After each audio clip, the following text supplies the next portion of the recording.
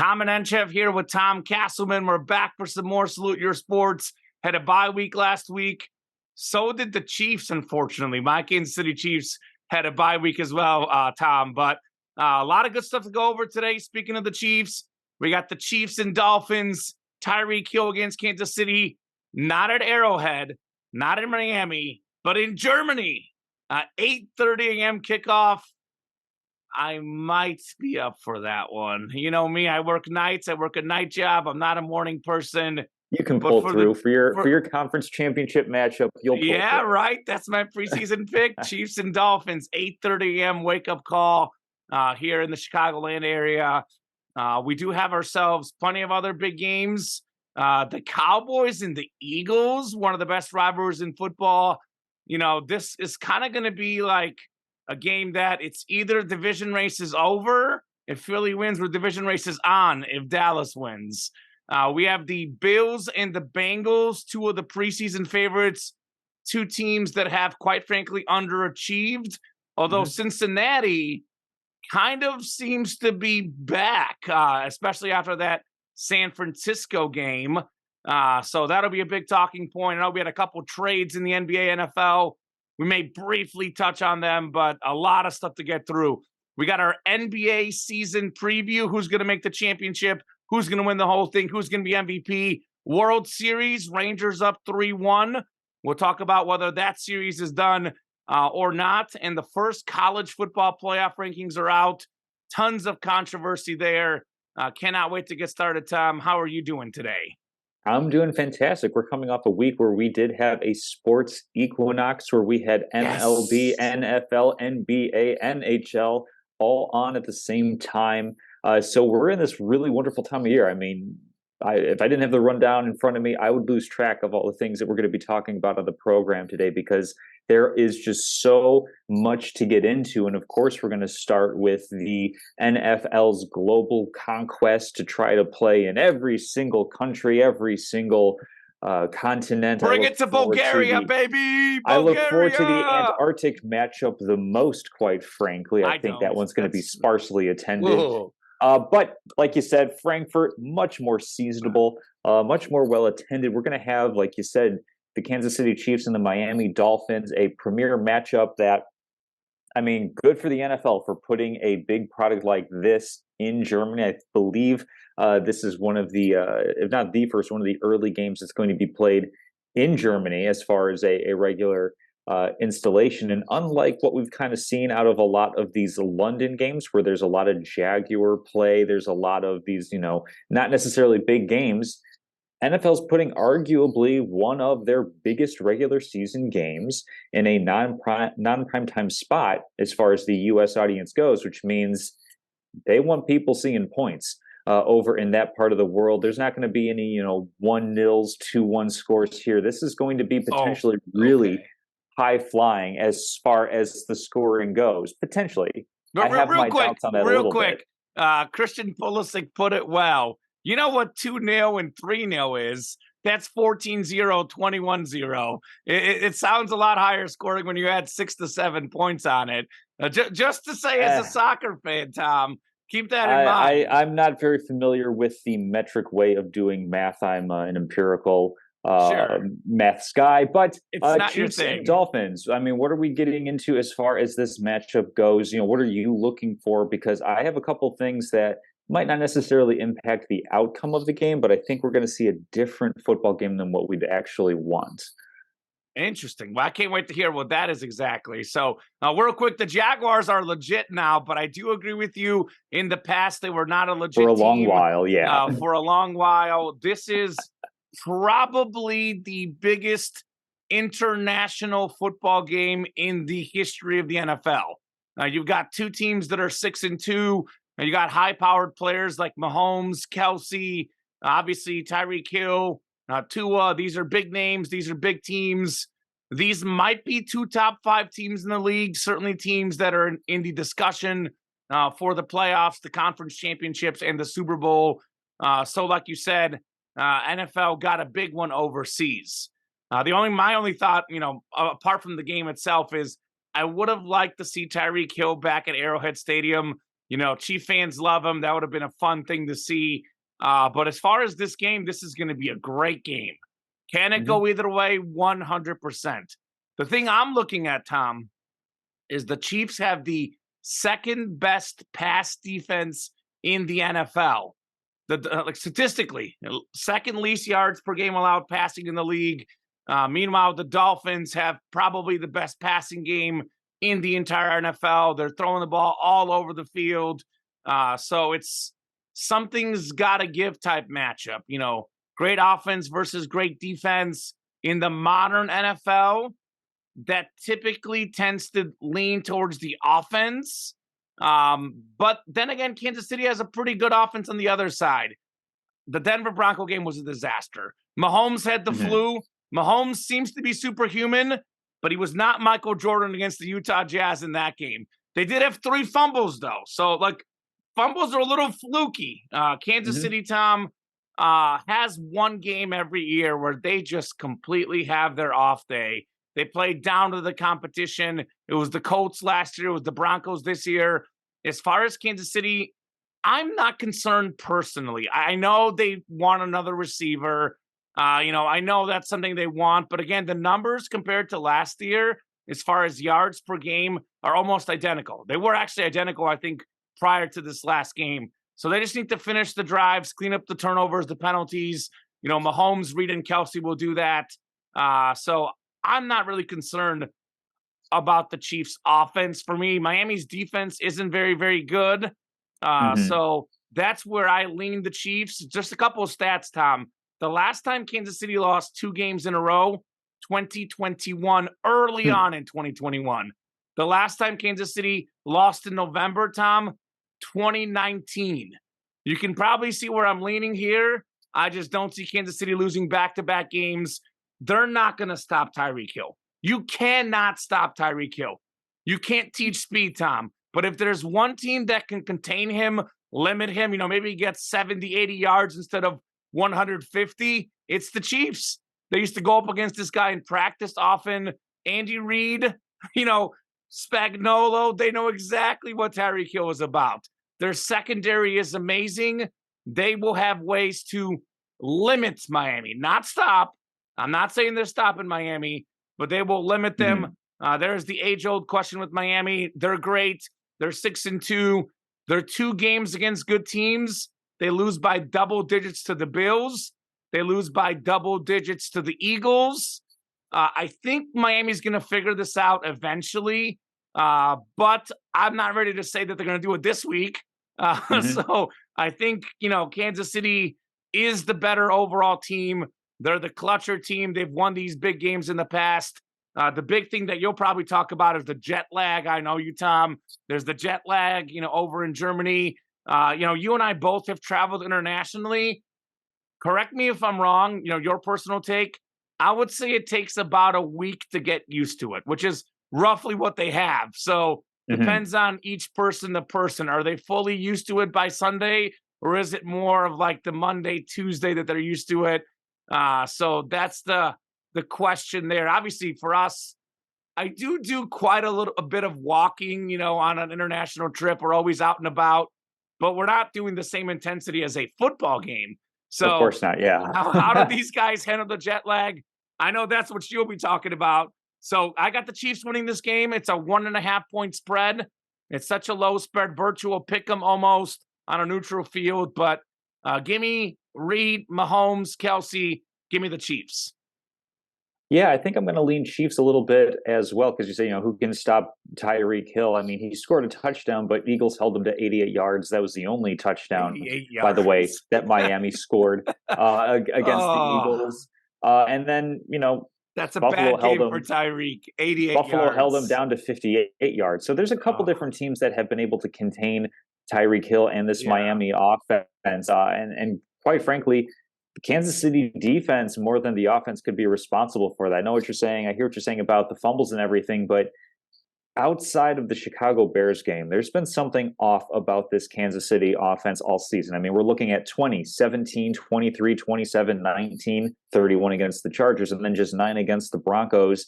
this isn't the super high-powered offense. This is kind of a weird thing where we're seeing Miami almost take up that mantle this year of being the premier team on offense, and the Chiefs, quite frankly, having to rely on more complementary ball than they've had to do in previous years when they had Travis Kelce and Tyreek Hill Somewhat true. working together. 31-20 something. They're not the Raiders, Tom, but I agree more or less. I think their offense is still a lot better than a lot of people are giving credit to, but their defense might be even better.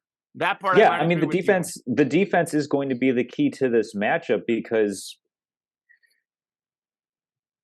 basically, like with the whole jet lag thing and everything coming over, I mean, I'm pulling up, I had it here someplace, but it's roughly around 50. The overs and unders are okay. Historically, for London games, 51% of the time the overs are hitting. So it's pretty much a coin flip, is right. I'm sure where Vegas would like it for this matchup. So it's going to be interesting to see heading over to Germany if that trend is going to continue. I know over time, as more teams have traveled overseas, the percentage of overs has gone up a bit, but I just question with Kansas City's offense being a little less than what it typically is Miami's bad defense going to be a little bit of a cure for them? And then on the flip side, what's going to be the deciding factor, the determining factor in that defense versus offense matchup for Chiefs against the Dolphins? So I'm leaning the Chiefs as well. I'm going to go with Andy Reid, but Mike McDaniel's no slouch as the up and coming young play caller, using motion more than anybody else to reveal coverages and to make, quite frankly, the decision super easy on Tua Tagovailoa. What we're seeing more than anything in the NFL is this growing trend of, maybe trend's not necessarily the right word, but the more that we see talented play callers matching up with talented quarterbacks and making the quarterback's life so much easier, that's how we're seeing these offenses really take off. I know you're a bigger Tua stan than I am, but he's definitely being healthy. He's taken that next step in this offense and basically being an elite facilitator, which sounds like a backhanded compliment, but I really mean it in the best sense of the word, because what does every team look for? Well, they look for the super dynamic, amazing quarterback. There's a handful of those in the league every single year. Like I'm saying, like 1, 2, 3 at most of like truly dynamic, put them in just about any scenario, they're going to have success type of quarterbacks. To have Tua at the very top end of that, like next tier of elite facilitator, gets the ball to the playmakers and lets them do their thing, lets them make the big plays and the big bucks. That's going to be really interesting to see if the Chiefs defense is going to be able to dial up pressure to work against this Miami offensive line, to work against Tua, who likes to get the ball out really, really quickly. Is he going to be able to do that against this defense, or are they going to devise some ways to kind of like pen him in a little bit more? Like I said, we've seen top defenses with Buffalo, with Philadelphia come up with different ways to stop it. It's going to be interesting to see as an indicator. Okay, how good is the Chiefs defense really going up against this top offense? And can this Miami Dolphins offense break through? So it's going to be kind of seeing like this is going to be a proving game for both of these units. Yeah. A couple final thoughts on the game. One other thing, Jalen Ramsey is back for the Dolphins. That could help their defense. Great corner for them. And then, you kind of said it, the two coaches. I was going to hit on this earlier. Arguably the two best offensive coaches in the NFL at the moment, Andy Reid and Mike McDaniel. It'll be interesting to see how those guys do, dialing up those plays. I don't want to harp too much on this because I know we talked about it the last show, but I really like Tua. Again, he's not a great player, but Teddy Bridgewater, who was a pretty solid NFL quarterback, looked completely lost in that Dolphin, offense. I do think Tua is more than a facilitator. I think he has one of the best. He has one of the best touch balls, if not the best in the entire NFL. The touch he places on the ball is incredible. I'm not saying he's got the cannon arm of Mahomes, but no, like the touch, like the deep ball where he just lofts it, kind of like the Russell Wilson, like air ball. He just puts it right where he has to. So for me, I'm right. Like you're talking about like your first tier, your legitimate playmakers, then you're talking about your second tier. And it's like, he's right there. He's right at the top. Right on the edge of the first and second tier. for me, and I'm starting to lean towards the first tier. I am all in on Tua, but I do think that Mahomes is obviously even better. Can we get Taylor Swift out to this game? Because that could be a difference maker. Travis Kelce numbers with and without Taylor Swift, Tom Casselman. Much, much better. Send her to London. Let's go, Taylor. She could do a performance at halftime. Come on now. That would be, I mean, that would be quite the stunt to pull off for the NFL if that were to be the case. Right.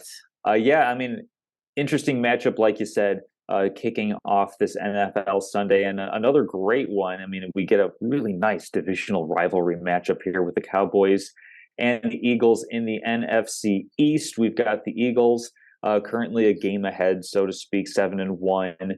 To the Cowboys 5-2. Cowboys, of course, have already had their byes. The Eagles have theirs on the horizon. But we're looking at an interesting situation here, an interesting scenario where the Eagles' defense is not quite as vaunted as it was last year, whereas the Dallas defense, while not necessarily great in terms of it's yards per play metrics and everything. I mean, it's been making really turnovers, big plays. It's been turning over guys a lot.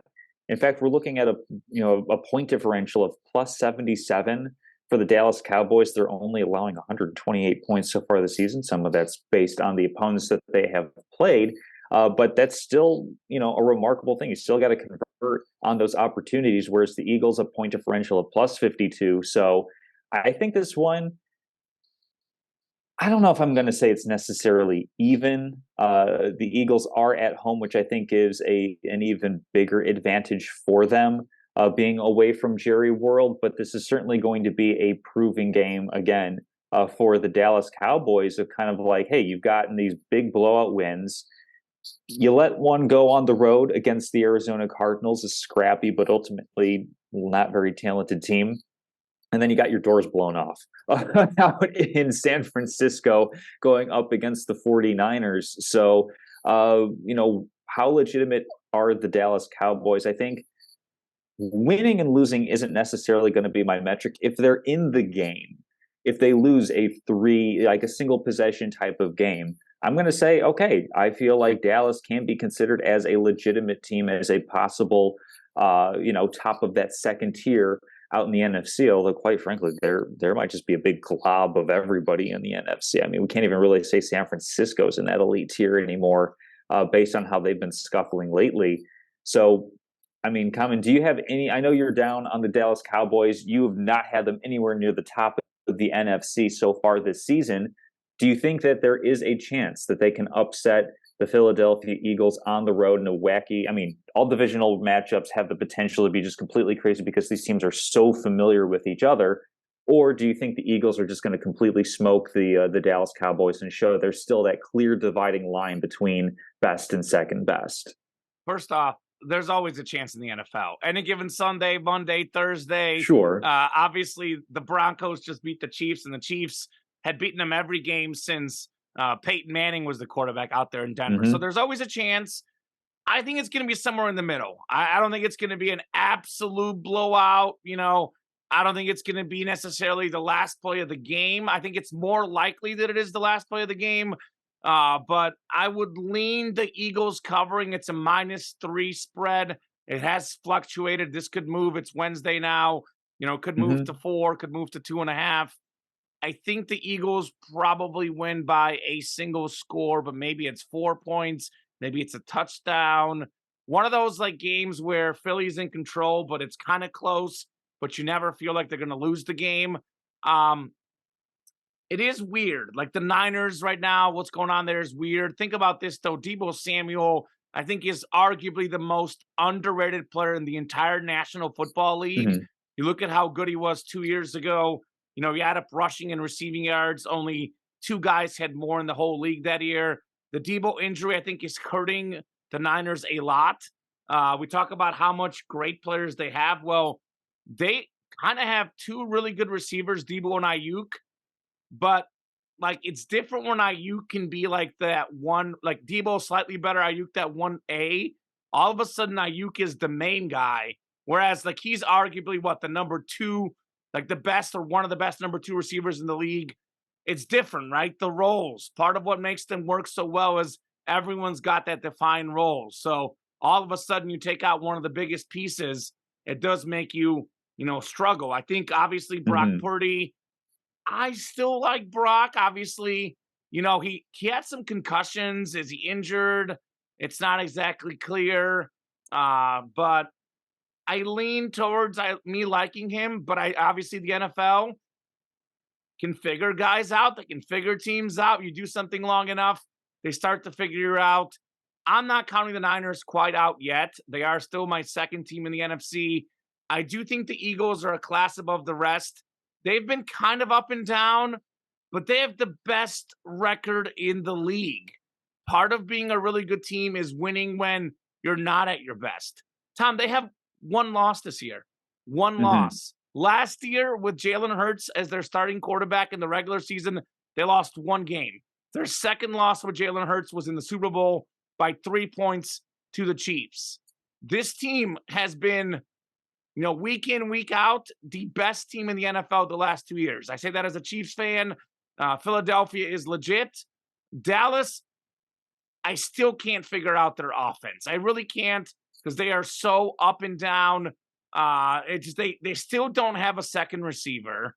I mean, it's CeeDee Lamb and who else? Tony Hmm. Pollard is all right, but Tony Pollard is kind of like Ayuk. He was better as that like 1A, 1B running back in a dual system. He's not the bell cow, so to speak. I think in this game, Dallas will miss Trayvon Diggs. Their defense has done mostly well without him, although the San Francisco game definitely not.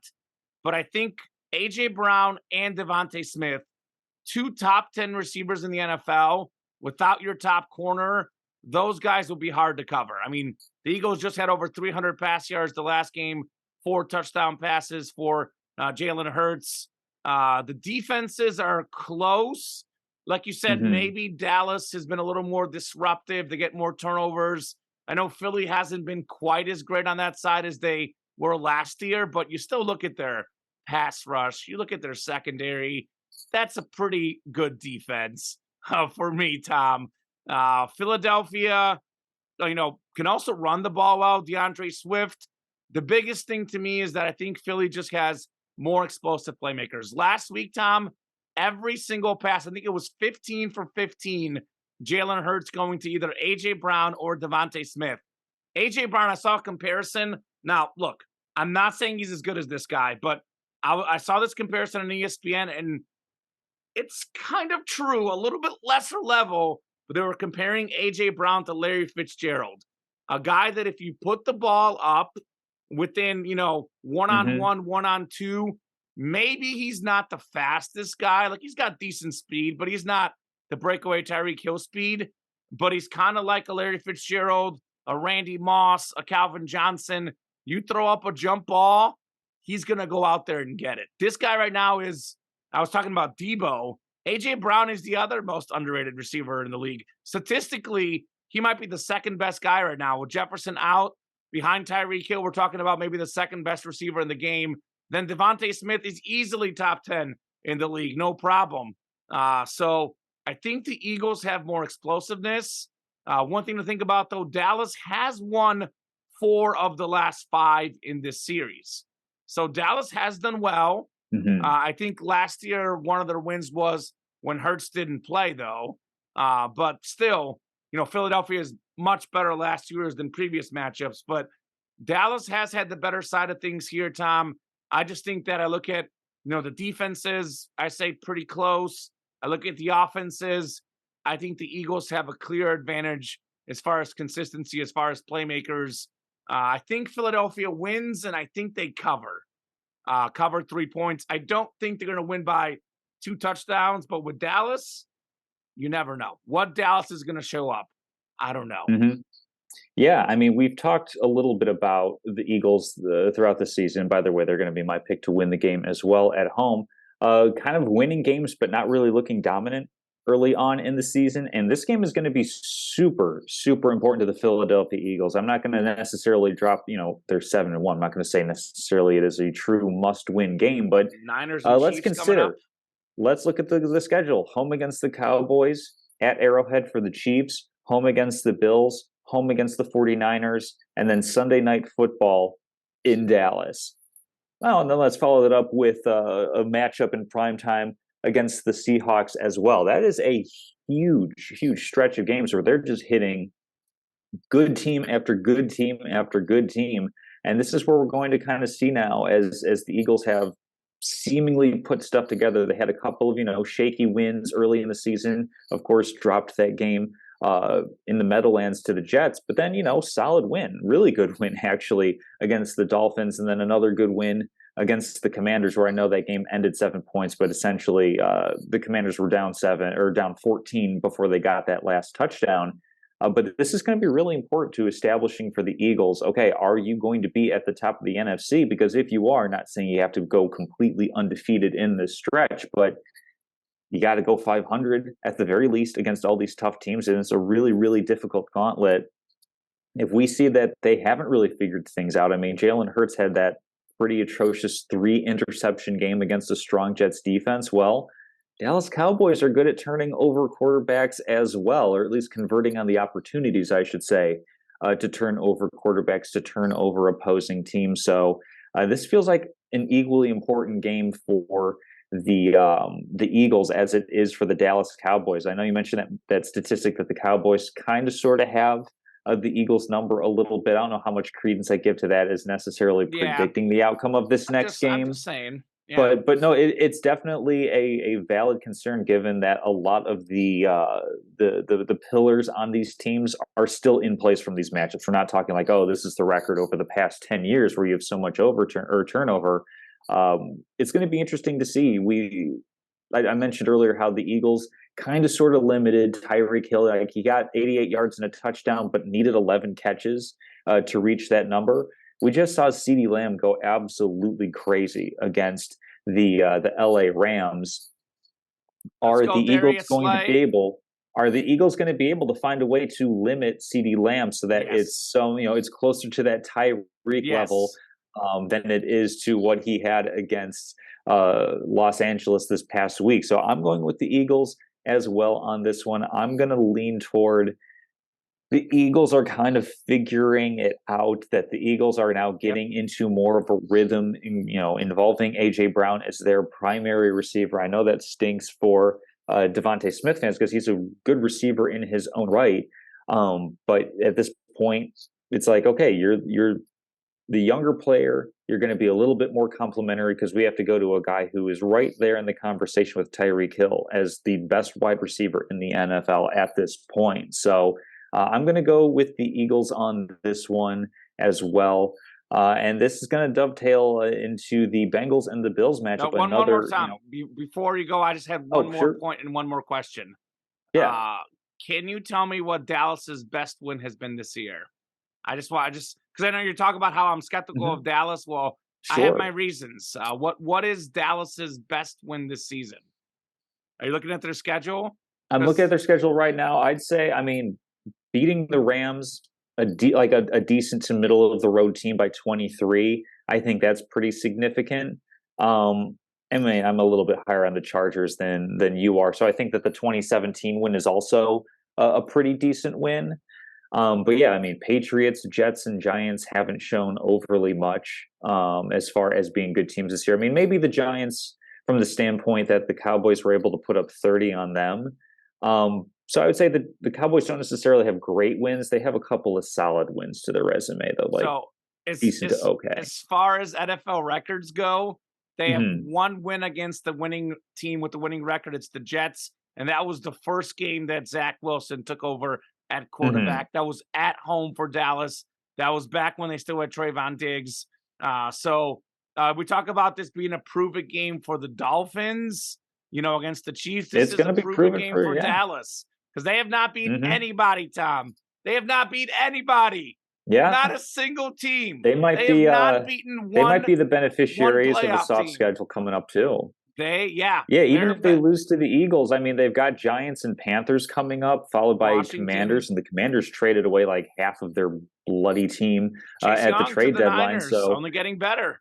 That's a good. Chase Young is injured. He's been hurt a lot. If they can even get him remotely to what he used to be, It doesn't even have to be the best pass rusher. They already got Nick Bosa, all these other guys. That's a move for the Niners right there.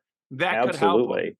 I mean, So Dallas could lose this game and still, by the next time they face the Eagles, still find themselves in first place, just based on how different the difficulty of schedule is for those two teams. But we'll see. Look out for Seattle, Tom. I think Seattle is better than Dallas, although Dallas I does mean, have yeah, that game at they're home. 5-2 is a pretty solid start to the season. And Yeah. I mean, talking about starts of the season, we've got two teams heading in opposite directions. Seemingly, the Bengals coming off of a really slow start with Joe Burrow pretty much just kind of rehabbing that calf injury through the first quarter of the season, give or take. Rehabbing But on the field.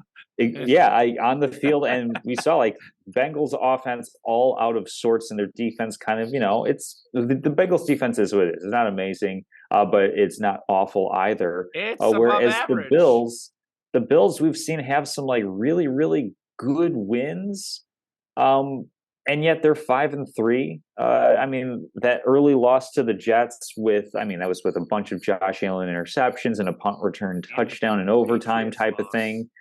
But yeah, the Patriots loss definitely hurts the Bills as a divisional and conference loss, losing to the Jaguars as well at home, or not at home, but they were in London for that matchup. That hurts as well. So not necessarily a must win for the Bills, but I mean, both teams here are fighting for the opportunity to win their respective divisions and to be, I don't know if necessarily saying that the bye week is still in play, but I mean, we've got a bunch of 2 and 3 lost teams. I mean, feasibly, the winner of this game could still have an outside shot at getting that bye week, especially with looking at the Bills, of course, having some matchups with the Dolphins and the Chiefs coming up. And the Bengals as well. So that they might lose, but it's an opportunity that if they want to get that inside track, they have that available to them, at least for Buffalo. So, Kamen, are you leaning more Bengals on this one? Are you leaning more Buffalo? It's in Cincinnati for whatever that's worth. The Bills 1-2 on road games. Bengals are 2-1 at home. Yeah, first off, the Bills are 5-3. The Bengals are 4-3. I'm going to be honest with you, Tom. These teams are not winning the divisions. They're not getting a bye. This is a game where you're fighting for a wild card spot. I really, and these guys have the talent, especially the Bengals. They have went into Arrowhead and beaten the Chiefs. They went into Buffalo and beaten the Chiefs. The Bengals don't need the 1 seed. They don't need the 2 seed. They don't need the 3 seed. They are capable of winning games on the road in the playoffs. They just need to get in. The Buffalo Bills, the same thing. Buffalo can beat any team at any moment. They can also lose to any team at any moment, which is why I don't trust Buffalo. I don't buy them as a Super Bowl contender because when can Buffalo put together 3 or 4 games in a row that are just great? Never, Tom. That has to be the case. A lot of these big level games, what do the Bills do? Sometimes they win against Miami, but they blow them usually. And then they blow the random games too. You can't really figure out this Buffalo Bills team. Their offense and their defense sometimes looks like the best offense in the league. They look like the best defense in the league. Then all of a sudden, Mac Jones looks like Tom Brady. Josh Allen looks like, not the good Brett Favre. He looks like the good Favre sometimes. Then he looks like the bad Favre other times. So this is a total toss-up. Of the 3 games we're picking this week, I actually feel the least confident in this one, only because both of these teams have been so up and down this year. But I'm going to pick the same team you're going to pick. That's the Bengals. They won this game at Buffalo last year, 27-10. Bengals are rolling. Burrow's mobility is back. You saw that play where he escaped pressure against the Niners, ran around. He's got his mobility back. 28 of 32 passing, 283 yards, and 3 touchdowns. Had 6 carries for 43 yards, and that sick 20-yard run. He was amazing against arguably the best defense in football. What does the Bengals defense do well? Force turnovers. They had 3 against the Niners, who seemingly never turned the ball over. What does Josh Allen struggle with? Turnovers. Josh Allen gets a lot of turnovers. I think that Allen's going to force some turnovers in this matchup. rather the Bengals defense will force Allen into some turnovers. Hmm. I trust Burrow more in what should be a close game. I will take the Bengals, but if we're looking at this on paper, it could go either way. I think the Bills have a more talented defense. The Bengals have a little bit more playmakers. Again, kind of like the Cowboys and Eagles situation. The Bills have Stephon Diggs, and Hmm. who else? The Bengals have, Jamar Chase, but they also have T. Higgins. So they have some, Boyd, a little bit more depth at that receiver spot. I think the Bengals at home win this game, but this will be a fun game. Knock on wood, the NFL might get a primetime game right because some of these primetime games have been atrocious. I think the Dolphins-Eagles one was a good game, didn't quite live up to the hype. This one, I'm hoping, Tom, lives up to the hype because if we're basing this off, play at your very best, this is arguably the second and third best quarterback in the NFL here, right behind Hmm. Mahomes. I think Hurts, Tua, those guys have earned the right to be in that discussion, especially Jalen Hurts. But you can sit here and argue that this is, the next best options at quarterback besides Mahomes. Cannot wait to see it. It's going to be an awesome Sunday night game. Give me the Bengals at home, though. Yeah, this one's really, really tough because I mean, a lot of the aggregate, bigger picture stats that we look at don't really help in this scenario. I mean, This is Bengals negative point differential, but you got to look at earlier in the season how they played so poorly. They're currently on a 3-game winning streak, and we're seeing things really start to click for them. And who knows? I mean, maybe they figured out some things with the bye week as well. They certainly were able to attack a pretty solid 49ers defense. I mean, that's one of the big hallmarks of that team right now, and they were able to put up points, move the ball on them. So I'm going to go. It's tight. I'm going to go very slight edge to the Bengals. I mean, I the knew it. the Vegas odds have it as a 2-point spread, basically saying that this is a coin flip in a neutral site type of scenario. Neither outcome would really surprise me though, because I know we talk about Josh Allen as this cavalier quarterback and putting the ball in harm's way. He's top quarterback in QBR in the NFL this season. He is, let's see, I believe second in the NFL in touchdown passes thrown, to say nothing for the ones that he rushes for. I mean, yeah, he's put up 8 interceptions, He's but who Superman. hasn't? Who hasn't put up 8 interceptions? I Hurts mean, and Mahomes have Mahomes, too. Mahomes, You know who hasn't, Hurts, Tom? You know who hasn't? who? Tua, my boy Tua. He's okay, 7. Okay, Ah, seven, less than 7 8. interceptions. Tua. Essentially, I mean, looking at, I mean, this is a bigger picture thing, but looking at the overall health of quarterbacks, you should be thankful if your quarterback is putting up a lot of interceptions because it means that they're healthy. It means that they're playing football games. That's what we're seeing a lot in the NFL this year. Is He gets unfortunately, them at the wrong times, though, and maybe that's what kind of sets me uh, off, right? Because maybe like, look, some interceptions are different than others for me. It just seems mhm. like he kind of does it at the worst time, but I don't know. I could like, let me see if I can look up a bad ball rate or something like that, or some sort of statistic where it's like that's Advanced metric. like, well, it's passes that could be intercepted or passes that should have been caught by the opposing team. But regardless, I'm going to go with the Bengals because I think they have a little bit more of things figured out as of right now. I mean, the Bills are coming off of a win against Tampa on Thursday Night Football, where they look pretty much in control. But then we get to the end of the game, and they're a Hail Mary away from losing that one. I mean, that's the second win that they've had that's come down to the last second ball getting into the end zone and simply not converted. So that's one of those variance plays where the Bengals or the Bills are 5-3 with a massive point differential, but easily we could be flipping the script on that one and having them at 4-4 or 3-5 with still a really positive point differential. So basically, some games they click, they put it all together. That absolutely could happen on Sunday night. They absolutely could be hitting on all key phases of the game. They But could I'm going to beat go with the anybody. Bengals. They could also I'm going lose to go with the anybody. Bengals by a little bit. Okay. Moving into the Wait, did we pick football. the same team every game? Yeah, we both went Chiefs, Eagles, and Bengals on this one. Wow. All right. Well, hopefully our show looks smart. hopefully will look smart.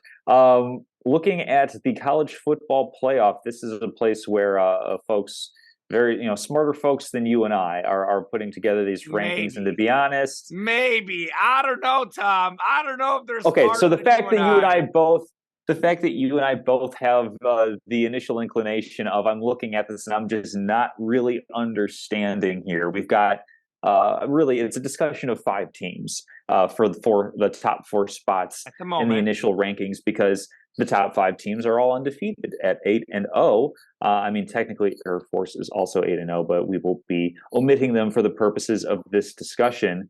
But we've got Ohio State number one, Georgia number two, Michigan number three, Florida State number four, and Washington at number five. All teams are 8-0, and then there's a huge glom of 7-1 teams rounding out the top 13.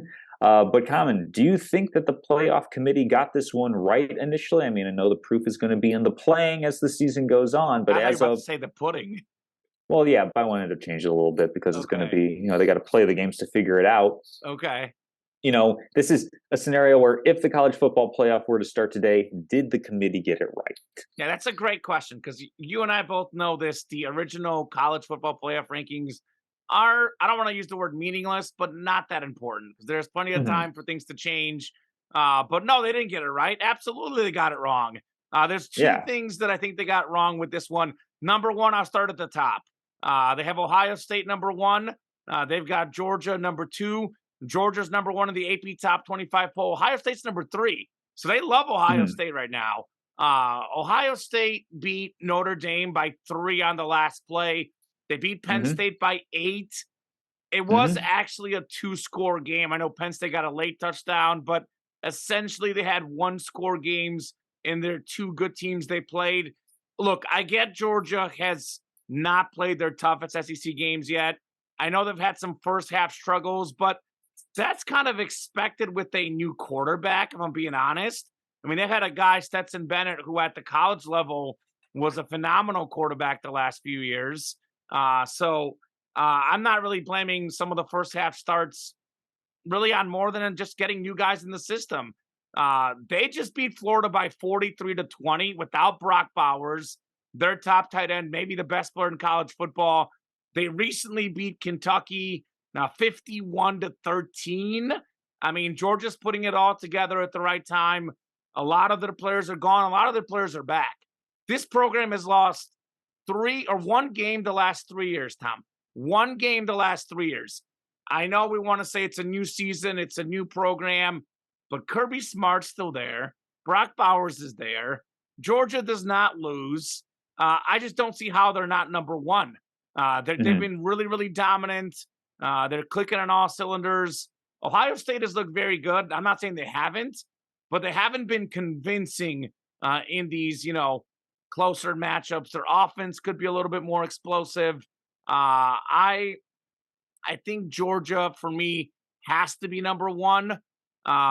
Otherwise, between Michigan and Ohio State, I could go either way with this one. I'm going to let Radar out. But he already pooped, so I got my doggo here running crazy. I'm going to let him out of the room real quick. All right, sorry, Tom. You're good. Home work. Come on. You guys go there. If you need to go, you go. And I will put this like this in case they want to come back. Poor guy. Mm-hmm. I don't know if he's hot with the furnace, but anyway, sorry to stop You're that. good. But I don't know if you heard him or not, but he's been whining at the door for the last 10 minutes. So Oh no, I did not hear that. So yeah, good well, on you good. for I'm letting them good. out. No one Yeah. heard it at home. That's what happens when you Yeah. got dogs and you're doing stuff virtually. But back to what I was saying, Tom. Look, Michigan is kind of the great unknown. They haven't beaten anybody good, but you look at Michigan scores 33, 35-7, 31-6, 31-7, 45-7, 52-10, 52-7, 49-0. I know there's some allegations, some misdoings maybe of Michigan, but for the record is what it is. They're a Big Ten team, a Power 5 team. They're undefeated. I'm okay with them being in the top 4. I'm okay with Ohio State undefeated Big Ten being in the top 4. I'd put Ohio State 2 just because they do have a couple of nice wins. I put Michigan 3. but you're splitting hairs. The truth is, we'll find out when they play each other the last game of the regular season. But Georgia has to be number one. Until they lose, they have to be number one. They are the top program in college football. The fact that they're not number one is just messed up. I also disagree with the number 4 ranking. Florida State is number 4. They had the nice win against LSU, but the ACC has not looked very good. You look at the Pac-12 as the best conference in college football right now. I think like the most top 25 teams. I mean, USC might be like the 4th or 5th best team in that conference. And I know their defense is terrible. That's why, but they have probably the best player in college football, and they're not even a top 2 or 3 team in their conference. So you look at what Washington did. They beat Oregon, who, for me, to be honest with you, Tom, I actually think Oregon's better than Washington. I think they just had a bad game. It was a road game. They missed a field goal at the end. They lost by 3. I know Washington struggled a little bit the last few weeks, but the Oregon win alone is better than any other win any other team has in college football right now. It is the biggest win of the year for them. So I'm putting, I think Washington will lose to Oregon in the Pac-12 title game. I think that, for me, Oregon's that team that might get in when it's all said and done. Florida State, if they go undefeated, maybe they get in. I'm not convinced they're going undefeated. Now, the interesting thing is long-term, what are they going to do with Michigan and Ohio State? Because we'll have a one-loss team that lost to a top 3 team, probably not in the Big Ten title game. Do they put them in? We'll discuss that later. But as the season sits, Georgia's my number 1. I'm going Ohio State 2, but I can go either way, 2, 3 there. I'm actually putting Washington 4, then Florida State 5. Just because the Pac-12 has been so good this year, Tom. You got to give some credence to that conference. Undefeated Washington team has to be in the top 4 for me. Yeah, it's interesting. It kind of feels like, you look at the 2 resumes. For me, I'm actually okay with Ohio State over Georgia simply because of the resume. I know that it's not strictly meritocratic, but the fact that you've got wins over a top program with Notre Dame, that you have a win over Penn State, which is kind of like probably the 3rd best team in the Big Ten, quite frankly. I think I'm perfectly fine with Ohio State being number 1 and Georgia being number 2. Georgia certainly has a big matchup coming up this week against a little team from Mizzou. Mizzou. So we will Mizzou plus 15.5. Plus 15.5, Tom. Plus 15.5. That was the one that I omitted for my locks of the week. You know how we have the 4th one? I was like, I'm going to try not to go too biased because I'm already picking the Chiefs. I had to eliminate Mizzou plus 15.5, but the Tigers will cover against Georgia this weekend. Mark it down, baby. Yeah, so like I was saying, I'm out of transition back. No, you're good. Yeah. Like I was saying, Ohio State 1, Georgia 2. I'm fine with that. My quibble actually comes with the whole 3, 4, 5 setup. Frankly, I would have Michigan out of this initial top 4, this initial playoff setting, because again, Washington has a win against Oregon, who, by the way, is ranked 6th. Oregon is the top 1-loss team, losing only to Washington so far. So how do you have Washington, the 5th team in the nation, when they've beaten what you have as the 6th best team, whereas Michigan has beaten nobody? Crickets. It's really kind of baffling to me. It's almost as if the committee is looking at the upcoming schedule for Washington and saying, well, they're going to lose at least one of those games at USC, at home versus Utah, at Oregon State. Not to mention, like you said, the Pac-12 championship, that the committee's just like, well, they're going to lose at least one of those anyway, so why even bother putting them in? Somebody's going to be losing that Ohio State-Michigan game, and I'm not understanding why Michigan is getting such a credence when not having the schedule that they could have. They have a cupcake. I have an idea as to why they started by wanting to put these big blue blood programs in the playoff, rank them high early, rank Ohio State, Michigan high in case they lose to each other. Then you can still justify putting them in. That's why, Tom. Well, yeah, but I'm not saying it's right, but I'm saying that's the reason. Yes, that's fair. I'm not understanding the justness of putting this Michigan team in, because they just haven't played anybody, and a lot of folks will say, well, you can only play who's on your schedule. Well, guess who kind of sort of sets the schedule? I mean, East Carolina, UNLV, Bowling Green. There's a reason why Michigan is putting these teams in, whereas you look at, say, Florida State being at the time it was a ranked fifth ranked LSU team, but LSU is still a really solid squad that Florida State went out and beat. So that's why I'm putting Florida State, Washington in the top four for me. Michigan, if you want to go ahead and play one of those teams, if you want to have a matchup against, say, Texas, or if you want to have a matchup against, some other team that's pretty solid, doesn't necessarily have to be a preseason top 5 or top 10 matchup, but get somebody in the top 25 preseason rankings. Give yourself a little bit of cachet early on if you want to be in this matchup. I mean, they're going to have. I mean, Purdue's not going to make it to the top 25. Maryland is not going to be making it into the top 25. So you're going to have a matchup at Penn State and against Ohio State. Congrats, the two top teams in your conference. That proves some to me if you're able to win both of those matchups. Even if you beat Penn State, like I said, Penn State is pretty much the clear third best team in the Big Ten. You're going to have one really high quality win against Ohio State. I mean, Ohio State already has a win over Penn State. So Michigan, for me, it's just a thin margin for them getting in, even as they're undefeated. They really have to win one big game against Ohio State. That is their silver bullet for making it in. And that's not enough for me to put them in the initial top four. This is how it's just so tricky. I mean, like, this is like, in all honesty, like, I can buy your point. I could also argue the reverse point that, again, they have taken care of business. Absolutely. Is the Big Ten down? Yes. Does the Big Ten depth down? Yes, it is, Tom. But they are beating these Big Ten teams by, 30, 40 points week in, week out. 49-0 the last one, 52-7 the week before. It's really hard to know until they get tested against a good team. I can buy your argument. I can also buy the other argument that maybe Michigan has been more convincing. Washington, Florida State have played some really close games. Washington, was it, I think, Arizona they played that they barely beat, or was it was one of those teams, lesser teams? They beat Arizona by 7 on the road. No, what was the game that was? It was actually a 19-7 or something. It was a deceiving game. They had like a pick six later. Arizona State, 15-7. They won it. Yeah, that was an ugly game. Arizona State's not very good.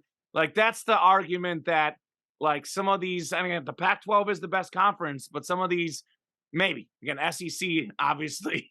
We know the SEC is the SEC, even in a down year. But that's the argument that they're laying out. Washington, I mean, I'll put it to you this way. Washington has not been convincing. Florida State's had some really close games against lesser teams. Michigan has been convincing. I just want to play the devil's advocate. You're wondering how they're there where they are. Well, they're winning by 20 how many lesser points, teams are going to be in this playoff? I don't necessarily care all that much about how you do against the lesser teams, because none of the lesser teams are actually going to be in these playoffs. How do you perform against the top teams in the nation? That's my measuring stick. Yeah. One more thing to think on. Sure. I brought up Oregon as a team that could sneak in. Well, Texas is the other one. They did have that close loss against Oklahoma, but they also have that non-conference win against Alabama. Alabama starting to figure it out. Massive game this weekend. Again, like you said earlier, there's so much stuff we can talk about. I did end up excluding it out of the rundown, but we have Alabama LSU this weekend. That's Alabama huge. Could get back in the playoff picture. They win this game. We're talking Alabama all of a sudden, could be in the SEC championship game. They beat Georgia. They're in the playoffs. Simple as that.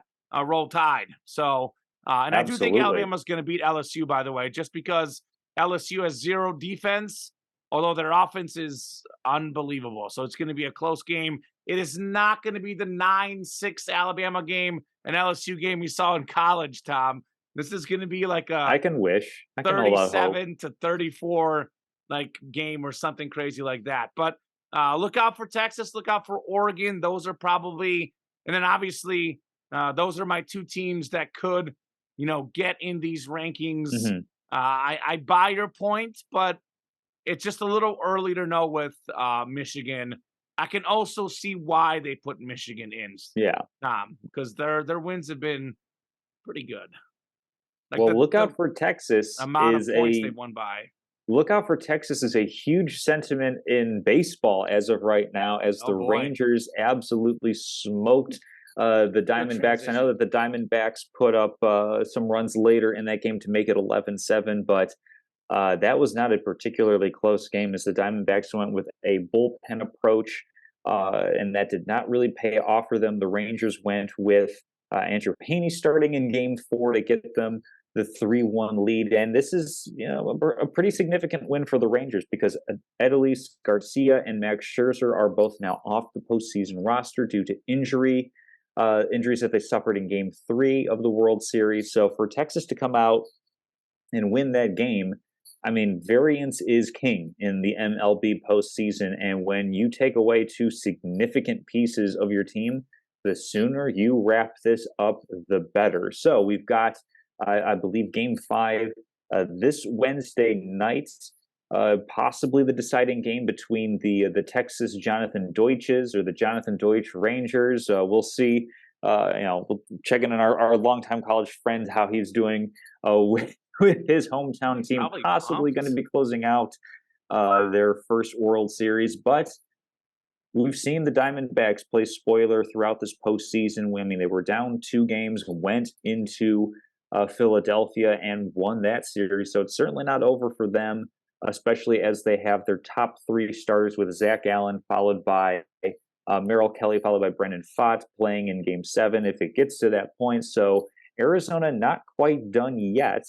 Kamen, do you think that there is any chance? I mean, okay, so there's a chance, but there's always a chance. Let's put it this way. What would you say is the percentage that Arizona is able to come back and win the series as opposed to Texas closing it out? Do you think Texas gets it done tonight, or do you think this one is going to go a couple extra games? I'd say I'm about 60% sure Texas closes it tonight, and I'm about 90% sure Texas wins the World Series. 10%, winning, that's pretty generous. Yeah, 3 in a row is tough. The whole 3-1 blown lead, it's only happened a handful of times in the MLB, only a handful of times in most professional sports leagues. I think the Texas lineup, even without Garcia, as we saw in this last game where they put up 11 runs, is too good to be stopped 3 games in a row. Corey Seager sees the baseball right now. This is the treat jar for the dogs. It's about 3 times bigger than this. Every time Corey Seager sees the ball, it's like a balloon. He's hitting everything out of the park, it seems like. This guy has that World Series experience with the Dodgers. I mean, they have so much depth in the lineup, even without Garcia. Mitch Garver is great. Tom, how many losses does Texas have on the road in these playoffs? I think the answer is none, Tom? 0, Tom Casselman.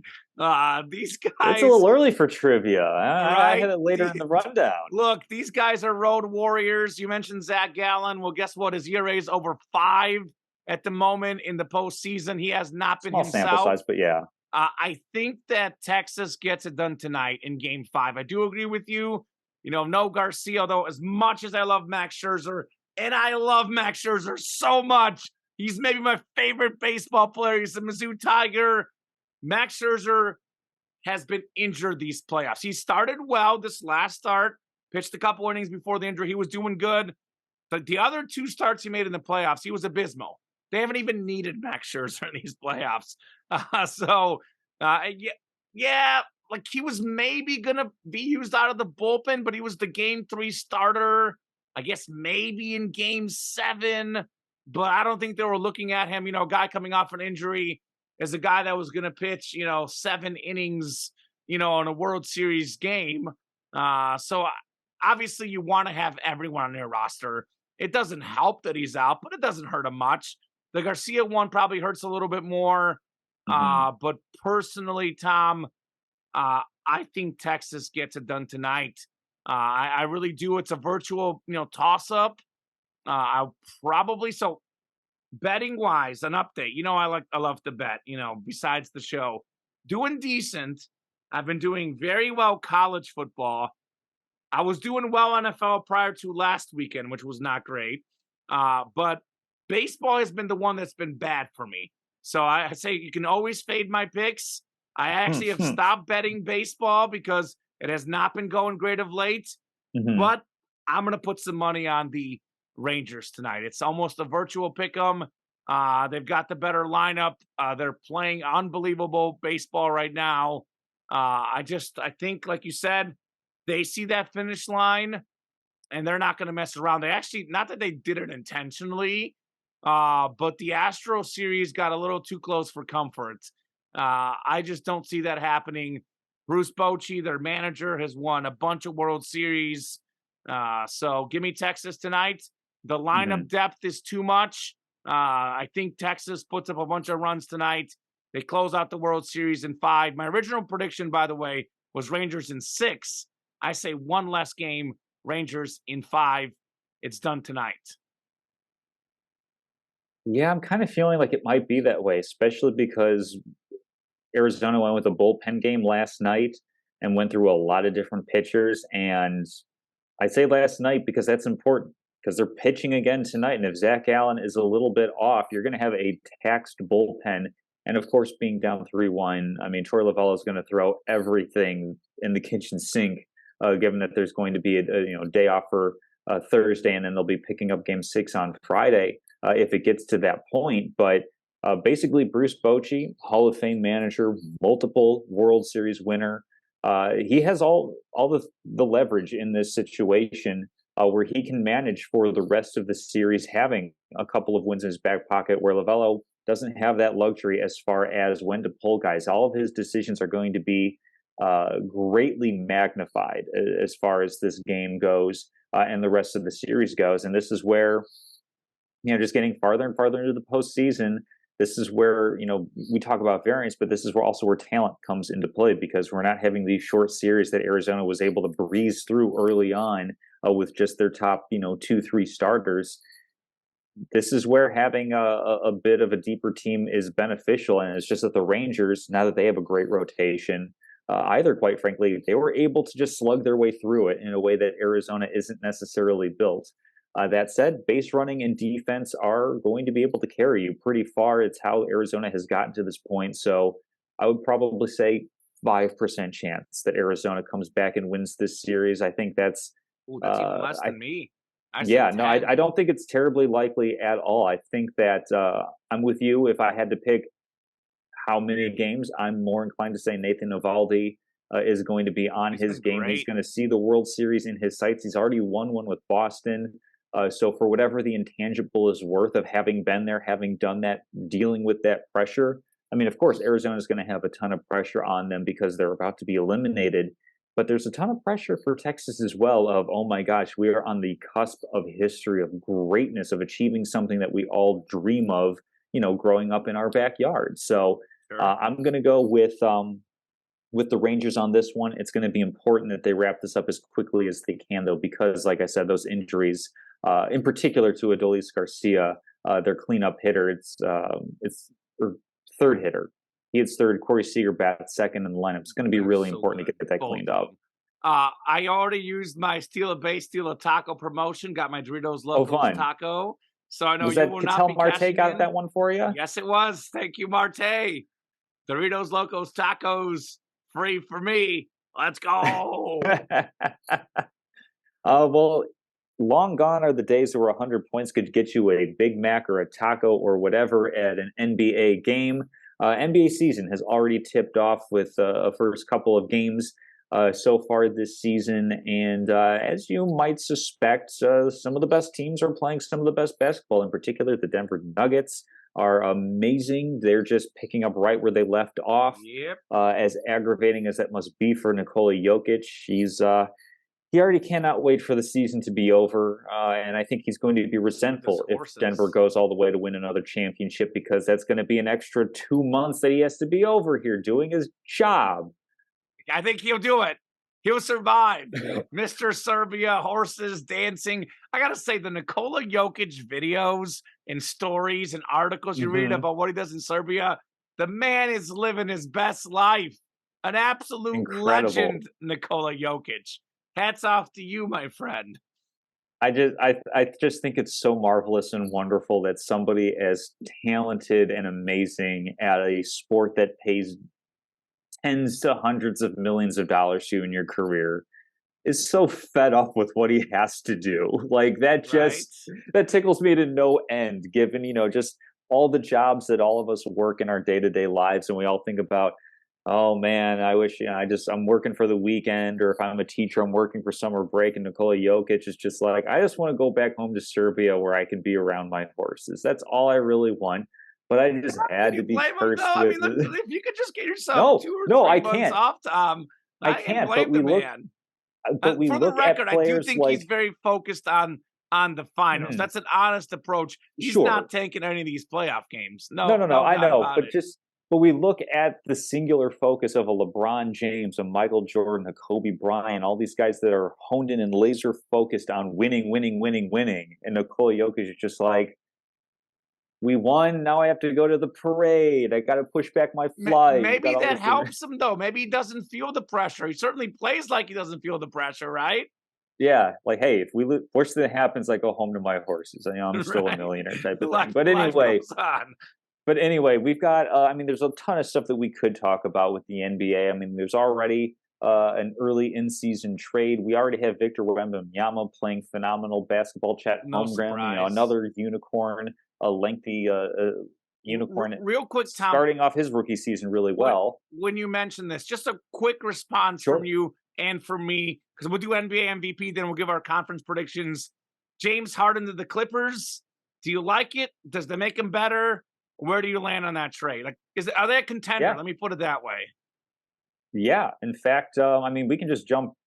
I have them in my notes listed as a dark horse contender. I think that's a Okay. good move for the Clippers. I think that's absolutely something that they need because ISO ball with Paul George and Kawhi Leonard doesn't really work all that great.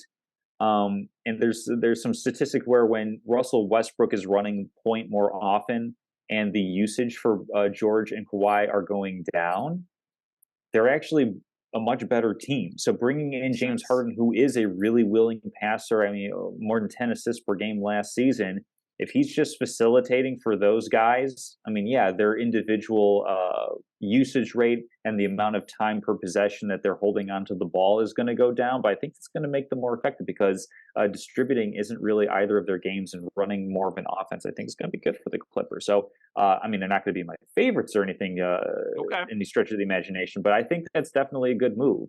But yeah, we'll jump right into MVP. Nikola Jokic, he won it twice in a row. Then they went with Joel Embiid this past season, and even prior to the amazing start that he and the Nuggets are off to, he's certainly among the favorites. So, Kamen, do you think that he's going to win a third MVP this season?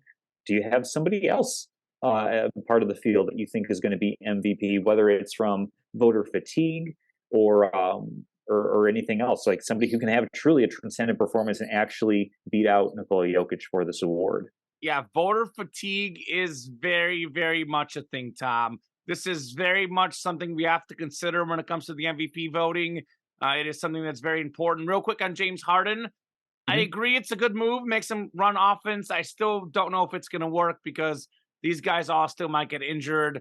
Depends on what Sure. attitude Harden brings. But at this point, the Clippers, haven't gotten to the finals. Why not risk it for the biscuit, right? Who doesn't hurt? Mm-hmm. As far as the MVP, Jokic obviously is in the running. He's Jokic. Giannis is in the running. These guys are always in the running. Stephen Curry's always in the running. Durant, always in the running. Like LeBron, maybe he's a little bit older, but he's LeBron. But all these guys I just mentioned, Tom, they've all won an MVP. All of them Mm-hmm. have one. I'm thinking to myself, who is a superstar in the NBA that the league would love to get that MVP to propel them forward? There's two names that come to mind in my head, and there's one that I think is definitely better. I think of Luka Doncic and Jason Tatum. Now, you know that I'm very, very high on Luka. I think he's great, but I'm a little lukewarm on Jason Tatum. Mm-hmm. I do think he's got, Jaylen Brown there. He's got Kristaps Porzingis, other guys that might take away some stats, other contributors on that team. Luka has Kyrie, yes, but who else do they have? And as good as Kyrie is, you look at how their offense is looking right now. It's Luka's the guy. He is the number one guy. They're actually off to a 3-0 start. Tom, it's very, very early, but I'll take that start. He's putting up, almost 50-point triple doubles, right? He had like 40 something points, like just under a triple double on the rebounds and assists. Luka Doncic is an unbelievable basketball player. He can pass, he can shoot. He's very, very crafty. Just a like Jokic. They're not super athletic, but those guys are both super, super crafty. Am I going to bet Doncic versus the field? Absolutely not. You and I have had this talk ad nauseum. You know where I stand, Tom? The 10 best players in the NBA, very little separates them. The 8th best player in the league is not that far back off of the 1st best player in the league. But if I'm having to pick who the very, very top players are right now in the league, I would say it's Jokic, LeBron, and Curry. Those 3 guys all have MVPs, and those 3 guys all have guys on their team that will put up numbers. Curry's got Clay. They've got CP3 now running the show. They've got Wiggins. They have a free-flowing offense where it's not all about Curry. Jokic doesn't care about the MVP, Tom. He doesn't care about the stats. He's happy to dish it out. They have so many great players on that team. Obviously Giannis has Damian Lillard now on his team. I think that does diminish his MVP chances. While his finals chances and finals MVP chances go up, I think you can expect to see a little bit of a dip in points for Giannis. So I got to go Luka. I think of all the top players in the league, I think he is the clear guy where he is the clear number 1 in his team. All due respect to Kyrie Irving, and the fact that he's never won it. So Luka Doncic will be my MVP pick for this year. Yeah, I mean, that's certainly a good one. I believe, depending on where you're looking, he's like 2nd or 3rd favorite or something along the lines. I mean, I'm going to go with Nikola Jokic, and this is where I think voter fatigue is actually going to work in his favor, because a big part of the reason why he didn't get it last year is because they said, 2 years in a row, he's already gotten it. And even though he's better this year than he was the past 2 years, we can't really give it out to this guy for a 3rd time in a row. We've only done that once for Larry Bird. They give it to Joel Embiid. The voters, make him too, or someone else way back in the day. Maybe you're right. I'd have to look Larry that up. Bird's the last one. Larry Bird was the last one. Embiid, by the way, I do think he's going to get hurt a little bit by not having James Harden set him up. He's going to be great, but Embiid was set up by James Harden a lot, was not talked about enough. I did not mention Embiid in the MVP voting, which is my fault. He did win the MVP last year, but I think that's going to actually hurt him not having Harden. But go ahead, Tom. Actually, not having Harden might help him because his usage rate is going to go up a lot too. Okay. So I think they're going to run a lot more offense through him. So ironically, they'll have less wins though. Probably. Well, I mean, Tyrese Max. I mean, the Philadelphia they're looking pretty solid to start the season. But my whole thinking with Nikola Jokic is that they went away from him for Joel Embiid for fatigue reasons. And then we saw the 76ers sputter in the playoffs. We saw Joel Embiid sputter in the playoffs. We saw Nikola Jokic and the Nuggets absolutely soar. I think voters are going to say, let's just give it to the best guy. Like, yeah, we gave it to him twice in a row, but we almost owe him one in a way. That's not going to be the actual reason, but there's no reason to think that his numbers aren't going to be on par in line with what he's been doing the past 3 years, that he's been at this top tier of the NBA level. So if he's hitting those numbers and maybe it's, there's some close seconds and thirds and everything, I think he gets a slight edge there. It's also entirely possible that it's just going to be completely, not necessarily run away, but I mean, we're looking at all these other players who are in the top 5, top 10 for MVP voting, and we all can come up with reasons why they won't win it. What's the reason why Nikola Jokic won't win it outside of voter fatigue? Because he won it. There's none. Yeah, because he's in the perfect situation where he is the clear alpha. Jamal Murray is a wonderful second option where he provides everything you want out of a superstar except for, the big superstar persona that we attach. For example, we're penalizing Giannis for having Damian Lillard. But if we were to say, we're picking 5 to start a pickup basketball game, I might go Jamal Murray over Damian Lillard in a 5-on-5 pickup game if we're doing all-star picking. I wouldn't. We're penalizing Giannis for having a Lillard there. We're not really going to be penalizing Jokic. So outside of injury, which is true for every single MVP candidate, and narrative, I mean, there's really no reason why Jokic shouldn't win it this year if his numbers are in line. So that's going to be my pick. But Yeah. I mean, if you wanted to go for like a value play, you certainly could probably find some with, Giannis is down a little bit because I think of Lillard. Um, but I think even if his numbers might take a little bit of a dip, I think that he's just going to have much higher efficiency and have a better playmaker to kind of facilitate. So whatever he Maybe a loses in team record scoring, too. I know they like the team yeah. records for MVPs.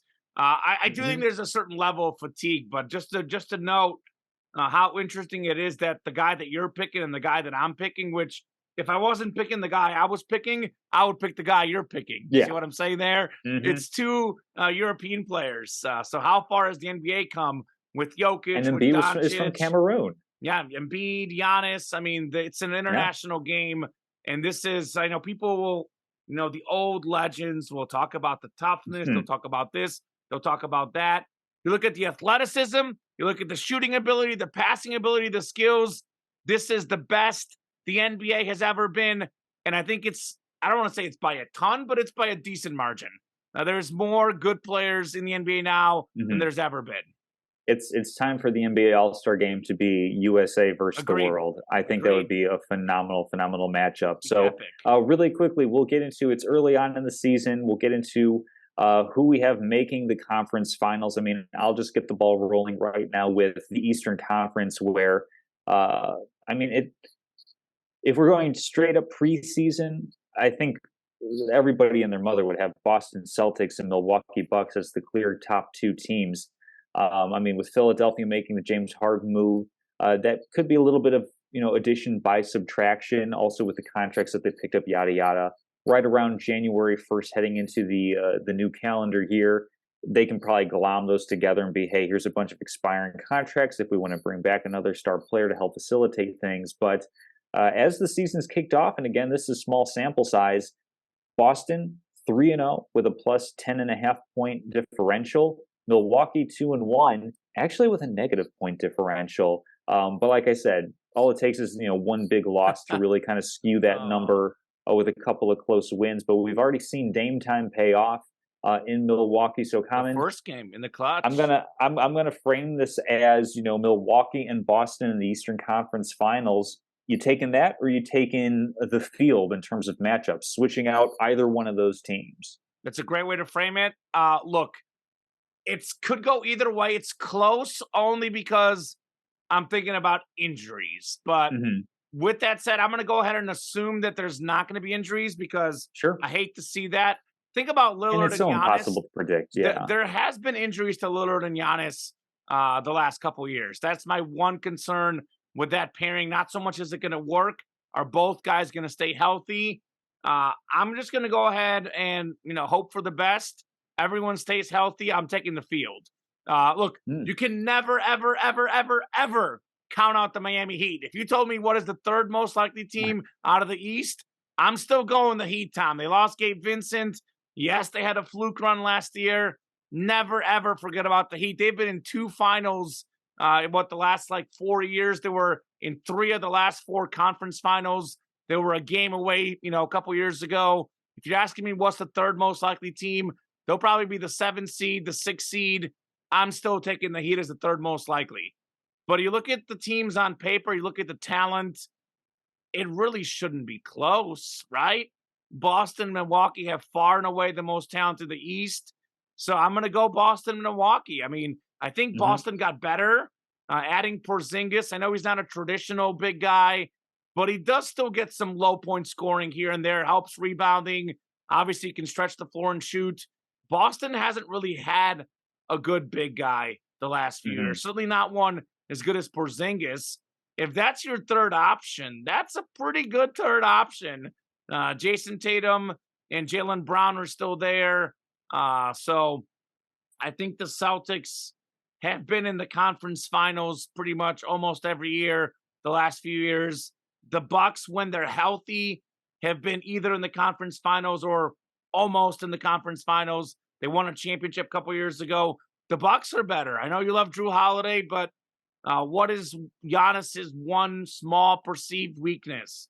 He's not a great jump shooter. He's not always great having the last shot at the end of the game. What does Damian Lillard do? He's great at shooting, and he's specifically great.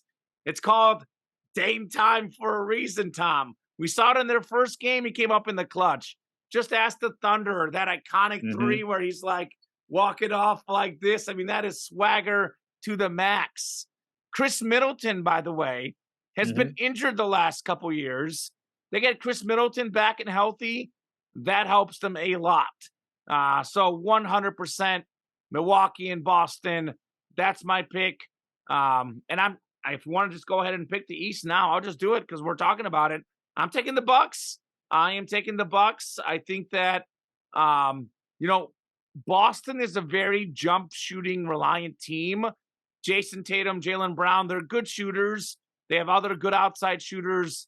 They don't have Stephen Curry. The jump shot can only take you so far. Giannis has that ability to also get inside, also score inside. He's such a great player. As good as Jason Tatum is, Tom, I actually think Damian Lillard is better. You look at his passing, you look at his shooting. I mean, they're close. We're talking like neck and neck. But I think that the Bucks, in my opinion, actually have the two best players on the court in that Eastern Conference matchup. I think Milwaukee has good role players as well. I would lean the Bucks. I'm not, guaranteeing it. Obviously, the fit matters, but I think by the end of the season, Lillard and Giannis will have that fit down. It's kind of, a couple years ago, or was it last year, whatever year it was, Giannis picked Lillard over Drew Holiday for his All-Star selection with his first pick in the All-Star game. We also had Damian Lillard last year get interviewed. Maybe it was 2 years ago. What one player in the NBA would you want to play with? Who do you think the best player in the league is? He said Giannis is the best player. He wants to play with Giannis for all that he does. These two guys almost feels like a match made in heaven. Giannis is kind of perimeter, kind of down low, but he's a little bit more down low, as we know. So it's like a down low beast and an outside shooter together. I'm taking the Bucks over the Celtics. I will put the Bucks in the NBA Finals this year, Tom.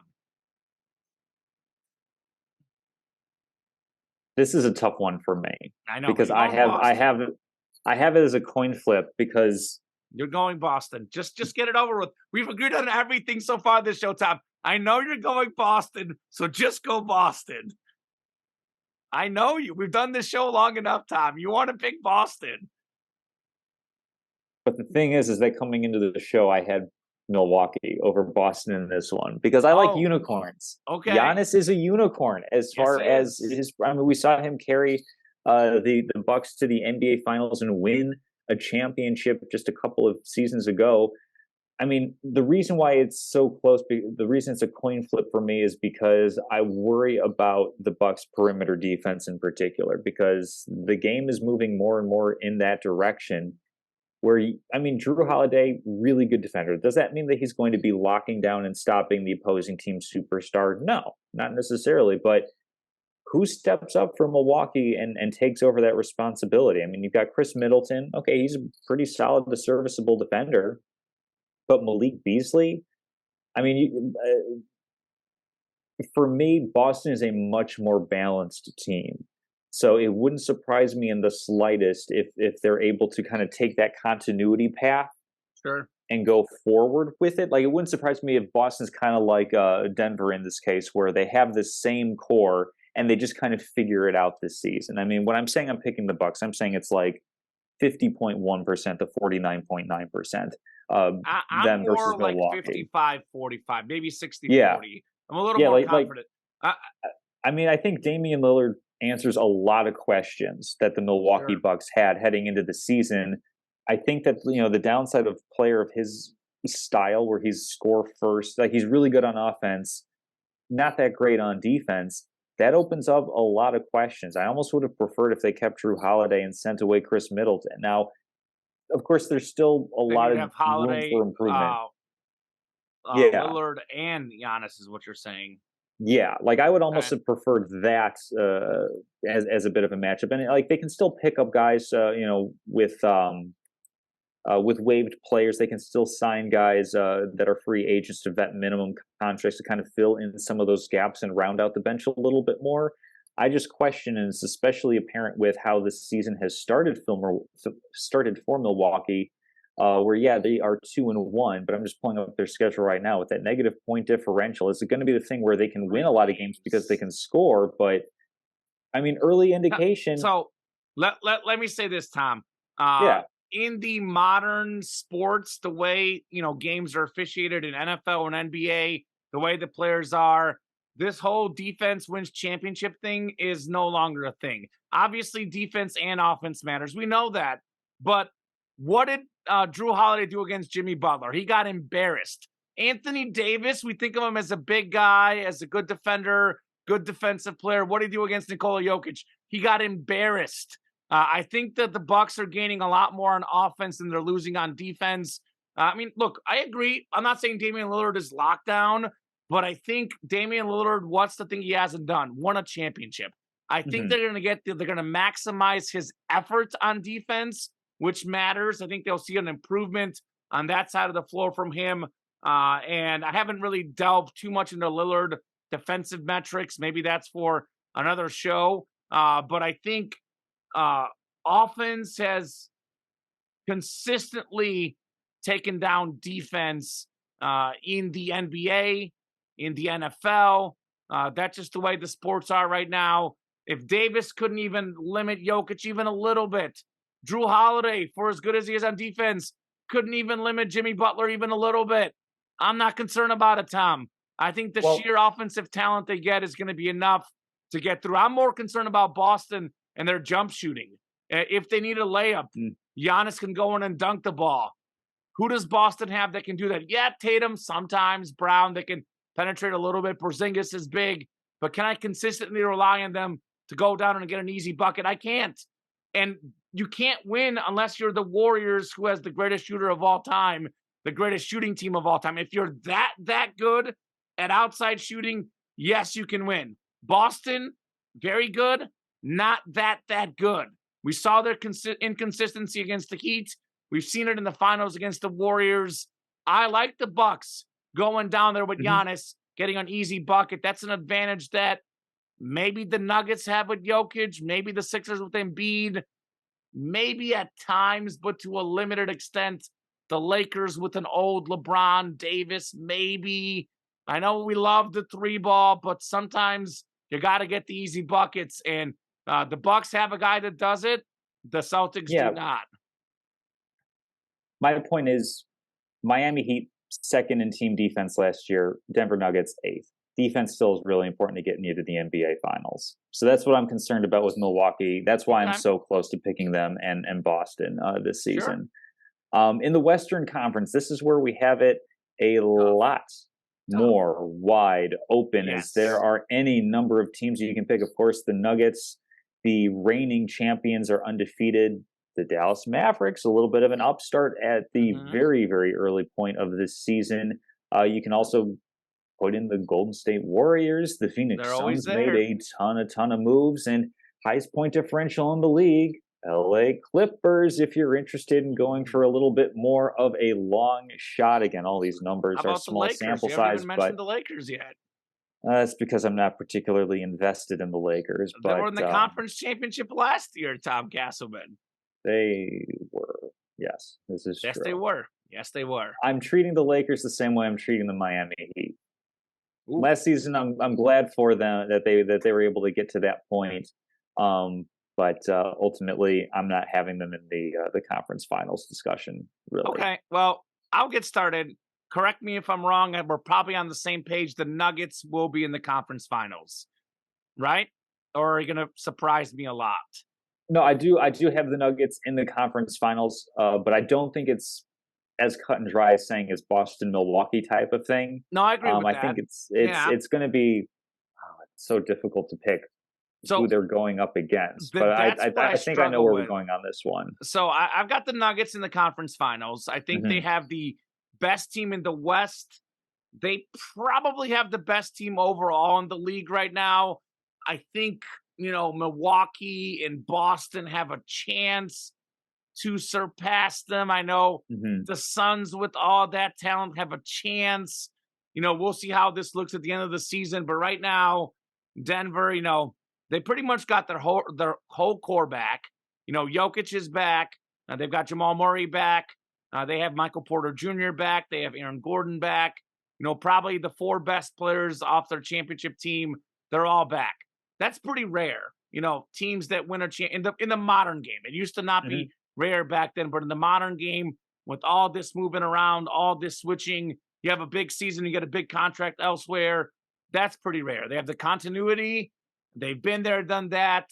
I think the Nuggets, to me, have the best depth. Their like rotation is like perfect because we talk about these super teams sometimes, like, will these guys coexist? Well, Jokic is top dog, but he's not necessarily obsessed with scoring. Like, he's probably Hmm. going to lead him in scoring overall just because, he can more consistently score whenever he wants to because he's so big and so good at, shooting and the touch near the rim. But he's okay if the season ended and Jokic averaged, 27 points and Jamal Murray averaged 27.1 points. He's not going to be upset. He doesn't care. Yeah. So it's kind of like perfect because in Jamal Murray, as good as he is, he knows that Jokic is the star. And then you have Aaron Gordon and Michael Porter Jr., 2 freak Hmm. athletes that, because of age, because of injuries, maybe they're not as athletic as they used to be, but they can shoot the ball. They know that, look, if I have to be the 3rd or 4th guy on this team, I can do this. They're a big team. They're great at rebounding. They're great at shooting. So the Nuggets, to me, are the clear-cut team to make the Western Conference Finals. They're my pick to make the NBA Finals.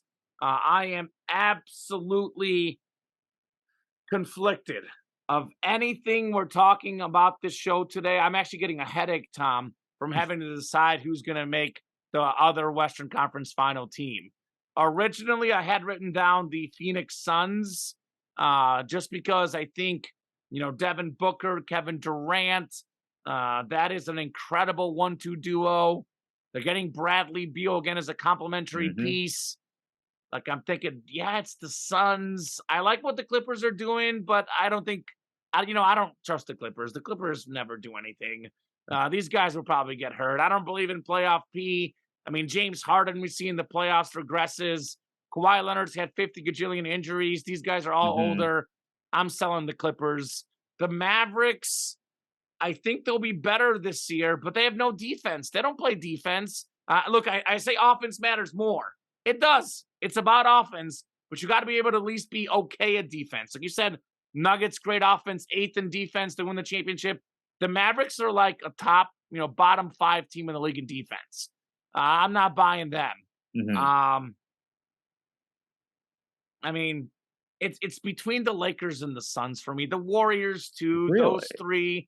The Warriors, obviously, with Steph Curry, Klay Thompson, been there, done that. They're getting DeAndre Wiggins back. Draymond Green. They're all a little bit older or near older. Klay is still very good, but he's not quite the same consistently.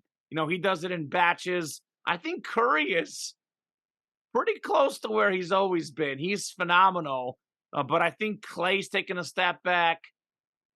I Warriors, Suns, and Lakers are the 3 that I think have a shot.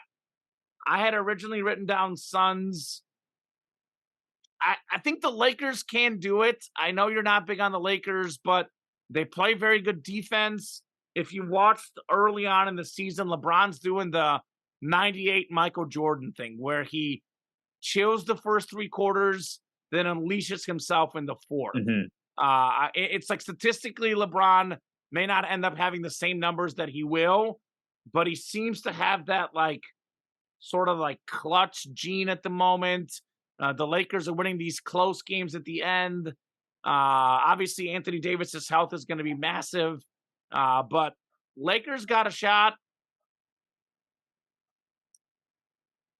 I'll pick the Suns. I don't know. The Suns blew the game last night. Like, I don't know, Tom. I don't know. Who are you going to pick? Maybe I'll make up my mind because maybe I'll be different.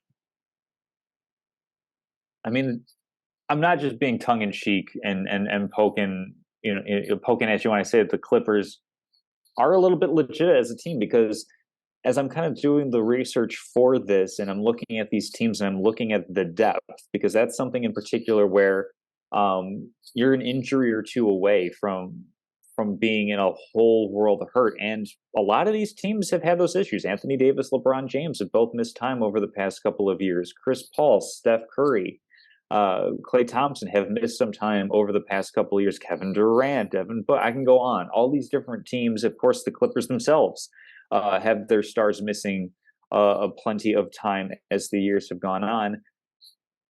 If I'm picking a team, I mean, it's really, really tempting to go with the Suns, but I think that the Suns being involved in that, I think it was the Dame Lillard trade, and sending away DeAndre Ayton and getting Yusuf Nurkic back, good offensive player, but what you need out of your center position really is post defense and rebounding, and that's not something that you're necessarily getting as much of. I know that Kevin Durant can help kind of paper over some of those deficiencies because he is a really good post defender when he wants to be, or at least he's a good rim protector. I should preface that because those are two different things. He's a good rim protector when he needs to be.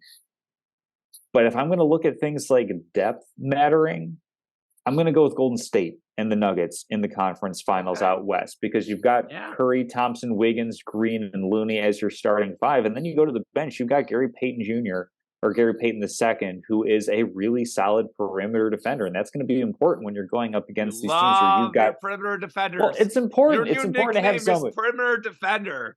That's your nickname, perimeter if D. you're going up against Devin Booker and Kevin Durant and Bradley Beal, you need somebody to try to play stop or at least slow one of those guys down.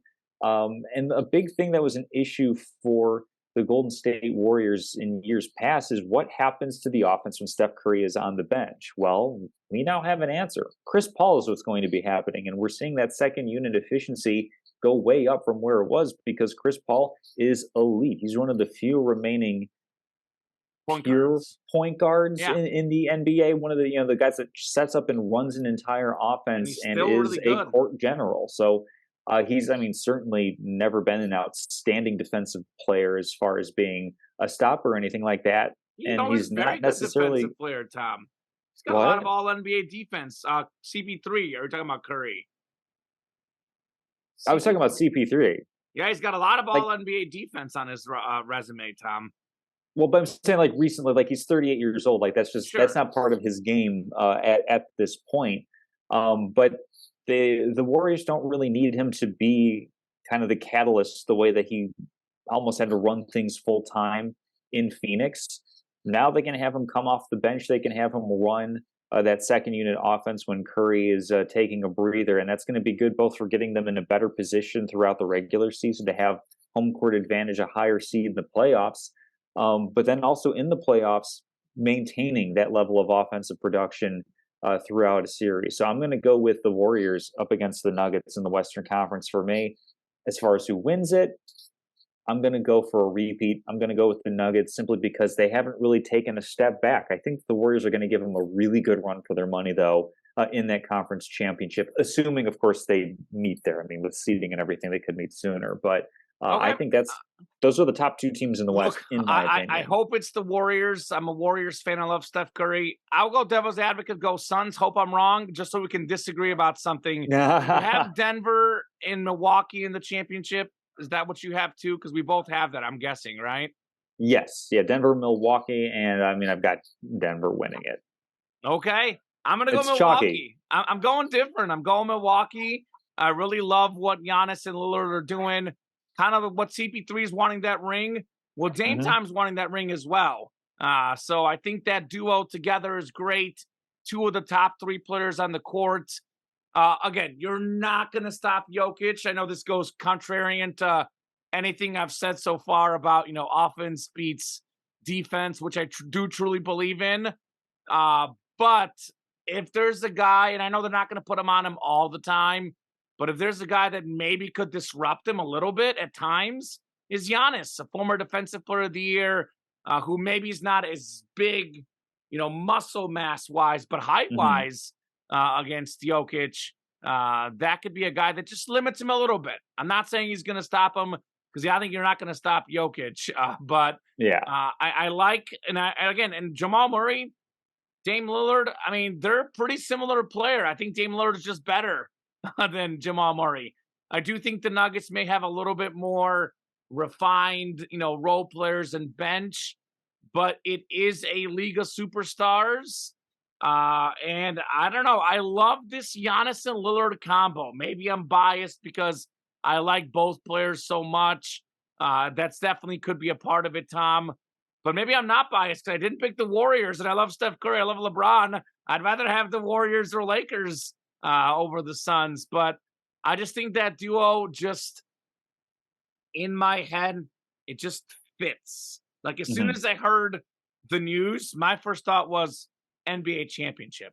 And I'm going to go with my gut instinct. Give me the Bucks. Obviously, you know this very well. Winning 2 straight titles is very, very tough to do. It's very, very rare in sports, which I think makes it a little bit harder for Denver, that wear and tear, over 2 seasons. Whereas Milwaukee did get knocked out earlier. I know we had injuries, but Giannis and Dame, maybe a little bit fresher legs, not having played as much, the last year. Give me the Bucks in maybe 7 games. Could be a legendary, iconic finals series. Arguably, I love Steph Curry. I would say he's in that discussion. Embiid obviously is great. Luka's great. It's very tough. Steph Curry for me is probably it's almost like a 3-way tie. But if you had to pick the 2 best players in the world right now, it's probably Jokic and Giannis, and that would be. Do you agree? It would be such a great finals matchup. Yeah, no, I think that'd be a ton of fun, a ton of fun to see. Something else that's fun to see is how our locks of the week played out. I believe we hit even as a show. Yes, which is kind of the season as a whole. I did Yeah. get barbecued really, really badly. So I'm 7-7-1, even 500 for the first time all year, Tom. I'm at 500. I've been over 500 every week. You're 8-7, just above 500. So I had a 1-2 record last week. LSU Army over 57.5 points. This is, by the way, 2 weeks ago because we had the bye week. These games did happen a while back. LSU covered the over by themselves, winning 62-0. That was wild. Here's one that missed the mark. Lions +3 at the Ravens. The Ravens winning 38-6. Not much I can say about that one. The Browns -2 at the Colts. Browns won 39-38. They were going for a 2-point conversion late in the game. Had they got the 2-point conversion, Tom, I would have covered. The line did end up dropping to 3, I think. I would have gotten a wash. Some places 3.5. But at the time of the picks, I had it at -2 on our show. Had they gotten the 2-point play, I would have covered. So hashtag barbecue. You were 2-1. You went the opposite side of the Ravens Lions. That was good on you. 38-6 Ravens. You faded the Bears, which is usually a good call, but the Raiders are not good. The Bears showed up. Bears won 30-12. You missed that one badly. And you did have the Jaguars +1 at the Saints. Jaguars winning 31-24. What do you have this week, Tom? So for this week, we've got a big matchup with Cincinnati and with Buffalo. I'm going to go with the over in this one. I think that Josh Allen, Joe Burrow are both playing really, really well at this point. And they're both going to need a lot of points in order to win this matchup. So I'm going to take over 49 points there. I see, at least 25 each being well within the realm of possibility. Give me the Falcons -4.5 against the Minnesota Vikings. I know that there is some upheaval for both teams at quarterback. Kirk Cousins, of course, is going to be out for the season, unfortunately, with an AC or an Achilles tear, I believe. I drafted 3 quarterbacks, Tom, in fantasy in our 2-quarterback league. Mahomes, Rodgers, and Cousins. 2 out of 3 with Achilles injuries. Hashtag barbecue. Unlike what Meatloaf usually thinks 2 out of 3 is bad. Taylor Heineke will be starting over Desmond Ridder for the Falcons. So I'm going to go with the Falcons in this one. They are, I believe, at home. Hopefully, Arthur Smith is going to be going for a good rushing attack to really kind of slow this game down. But we don't know who the Vikings quarterback is going to be. I don't think they've announced if it's going to be the rookie Jaron Hall, the veteran Nick Mullins. They traded for Joshua Dobbs, but I don't believe he's starting, as he's got to be learning the playbook, and there's just not a ton of time of practice during the week for him to do that. So I think the Vikings are going to be in a bit of a tough spot here. Give me the Falcons.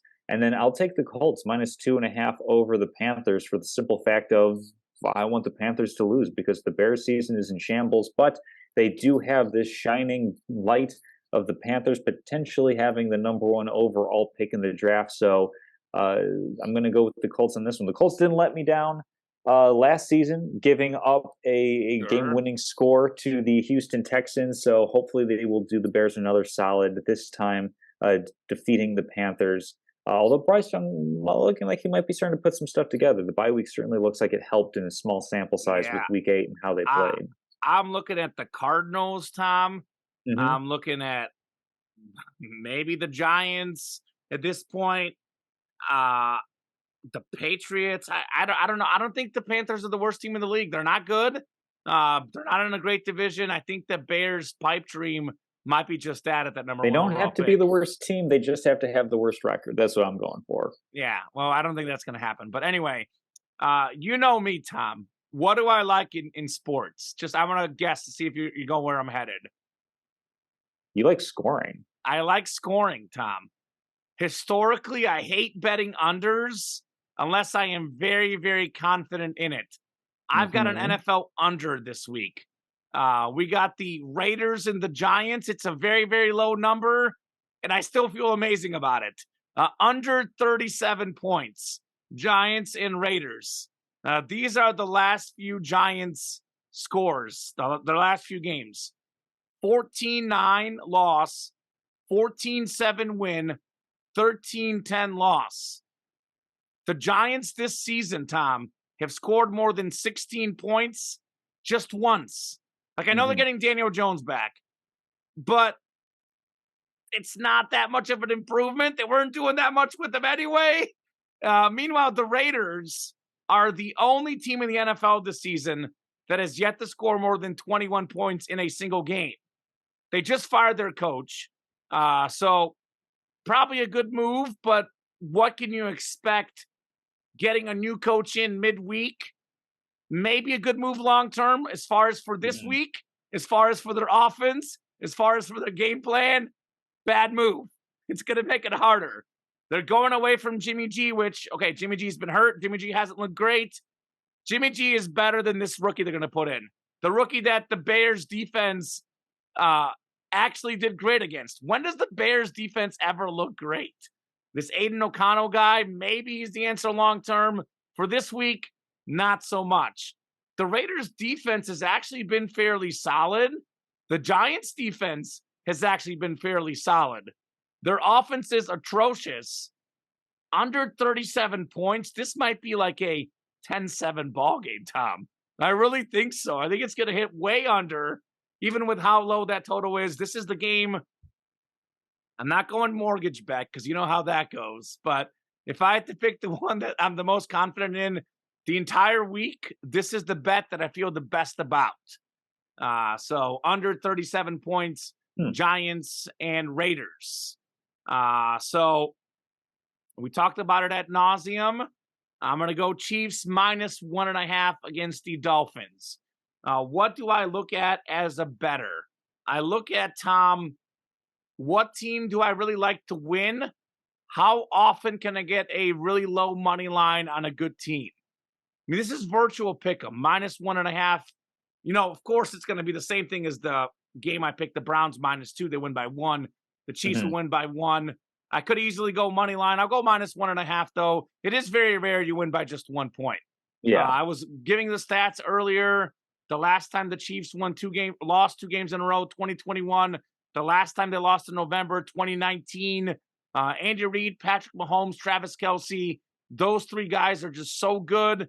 I'm not betting on them, losing 2 games in a row. Miami's the best passing team. The Chiefs can limit them. Second best pass defense in the NFL. Now, obviously, it's the Germany game.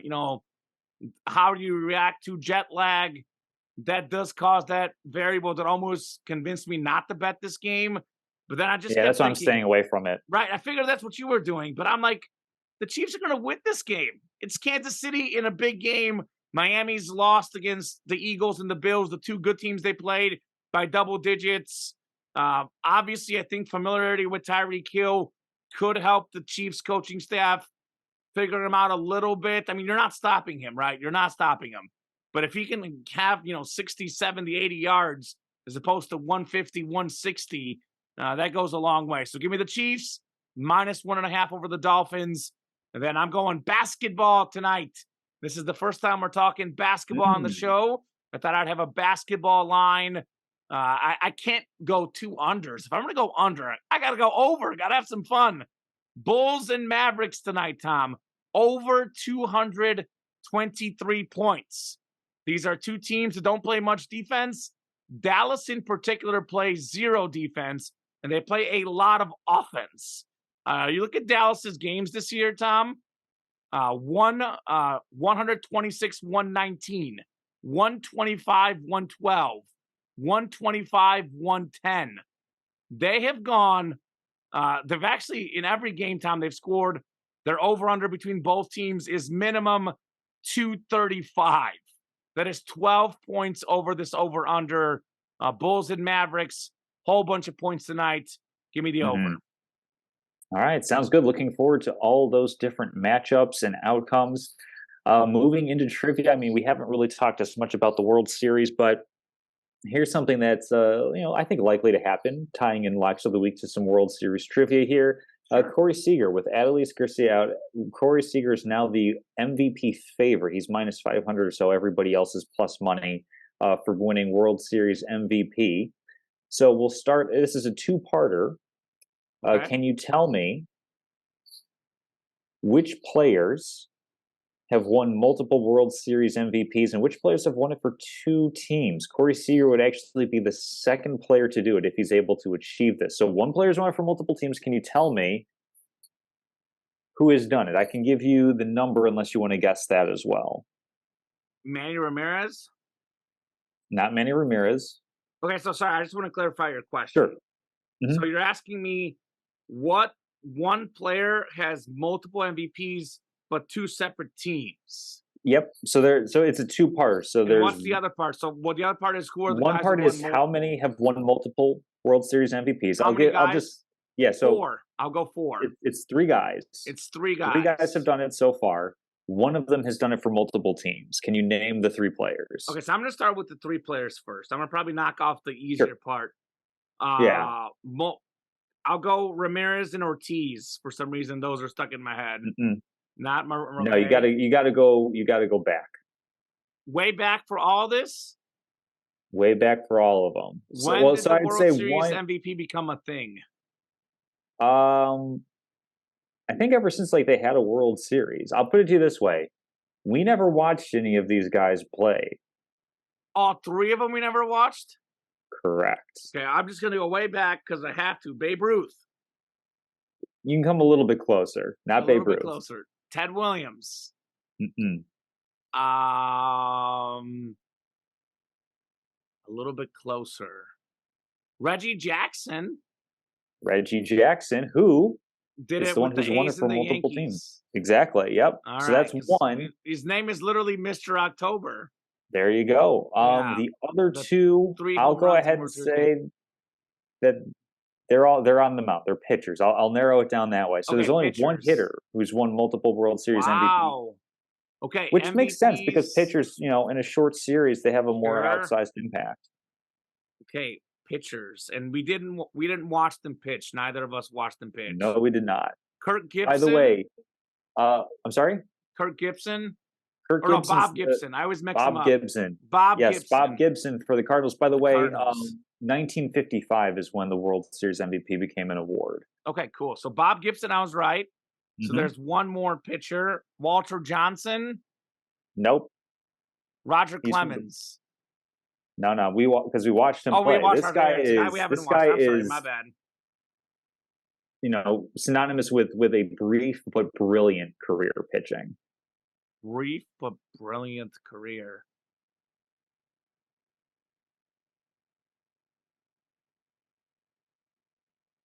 and we never watched him play, so it's an old school guy. Mm-mm. What Mhm. league is it? Can you give me that clue? National National League. League.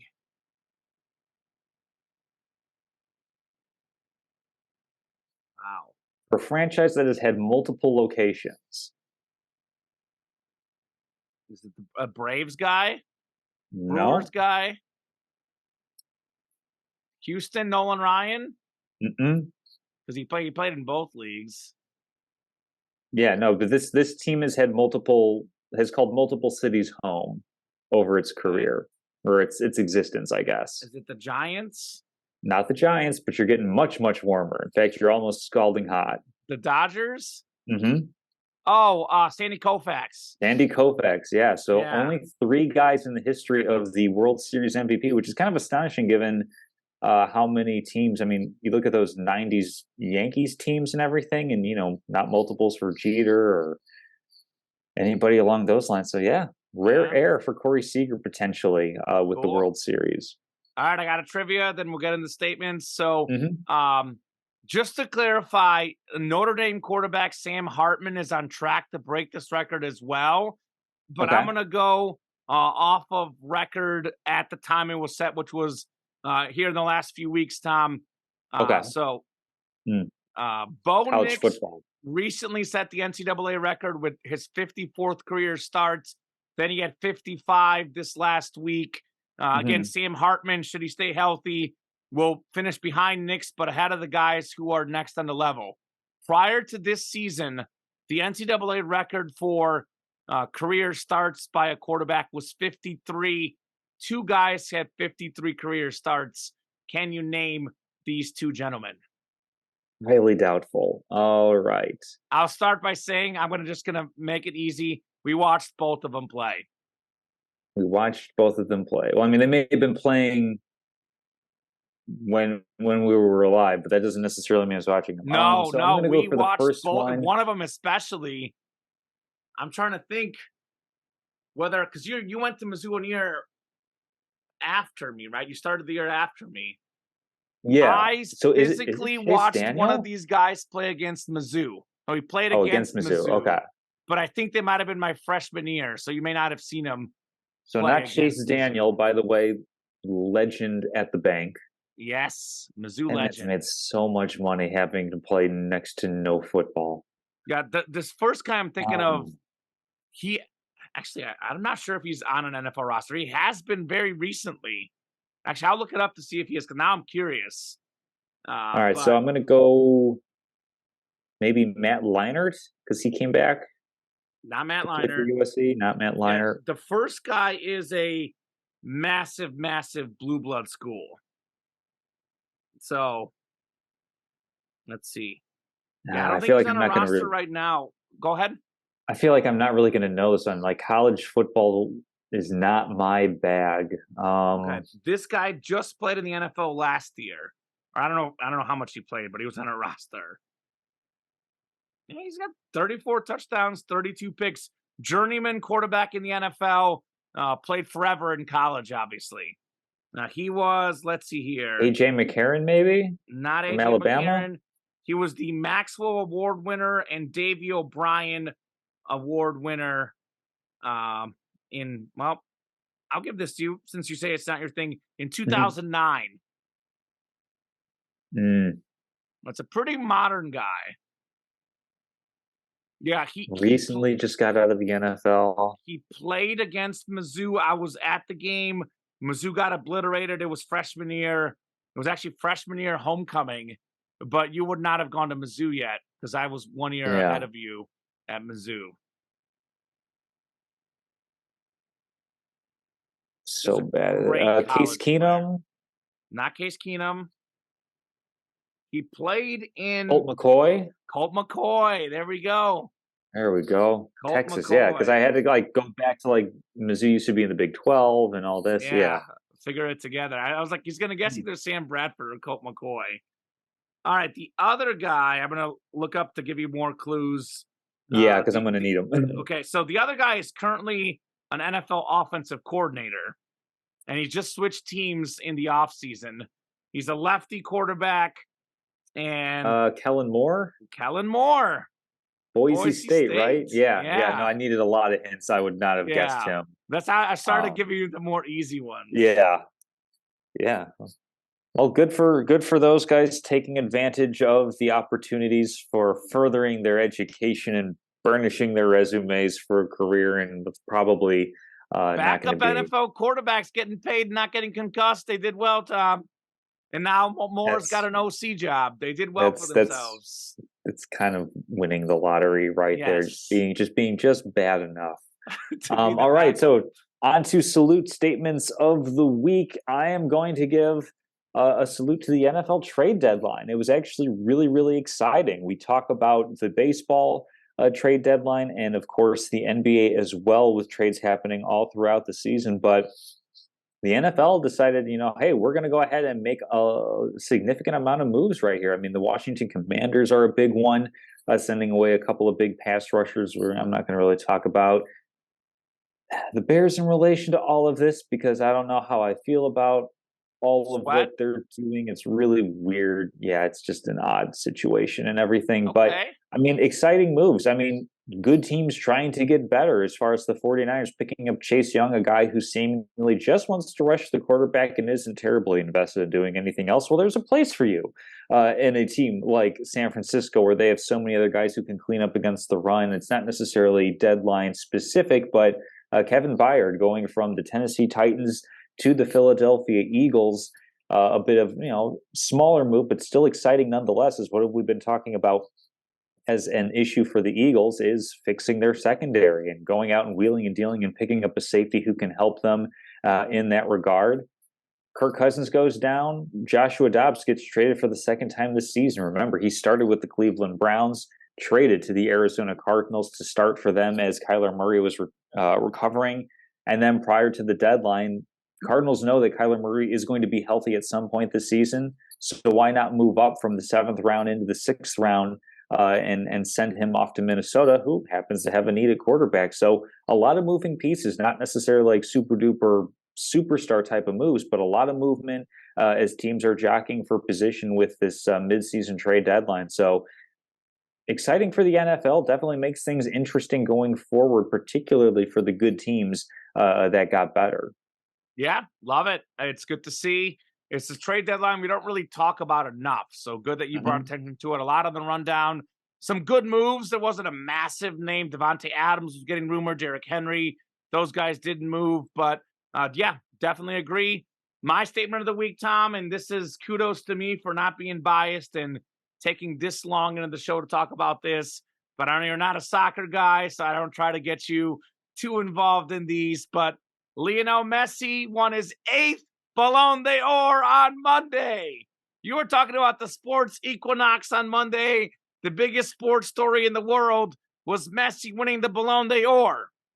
And I'm here to tell you that he 100% deserved it. There is all sorts of clamor among the soccer world. PSG didn't make a run in the Champions League. Erling Haaland won the treble. He scored the most goals in the world. Well, guess what? You add up goals and assists, Messi's goals and assists for the calendar year, counting the World Cup, which is the biggest tournament in the world, which Messi won, which he was voted the top player in the World Cup, which he had 1 goal less than Mbappe at the end there. Messi had more total goals and assists combined. He had more total dribbles, more total passes completed, final third passes, chances created. He blew Erling Haaland out of the water in every single stat, including him actually being at the World Cup. Erling Haaland was not at the World Cup. Yeah, Norway's not good. He wasn't good enough to even take Norway to the World Cup. Forget going forward. So Messi deserved it. Now, that's my statement of the week.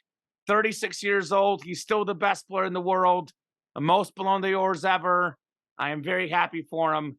He is my GOAT, Lionel Messi. Love to see it. 8 of these, Tom, at 36, still wins this. He's competing against these 23-year-old guys at 36. MLS is lucky, the first MLS player to win the Ballon d'Or while he plays for an MLS team. Exciting news for America. Sort of. No, no, it's was not. based on his World Cup accomplishments. But just tying it back here to the good old US of A. Soccer is a weird sport where it's not all about the stats. Messi has the stats, the eye test, everything. He deserved it. He should have more than 8, by the way. He got robbed like 3 or 4 times. In 2018, he had the best stats. They said he didn't win the Champions League. He shouldn't get it. He didn't win the World Cup. Well, he just won the World Cup. And he had the stats. So Messi's the GOAT. Congrats on his 8th Ballon d'Or. So love it. All right, Tom, that's going to do it for us this show. We'll be back next week talking plenty of football, plenty of good stuff as always. Thank you so much, Tom, for co-hosting. Thank you to all the watchers, the listeners. You guys are great. We'll see you next week.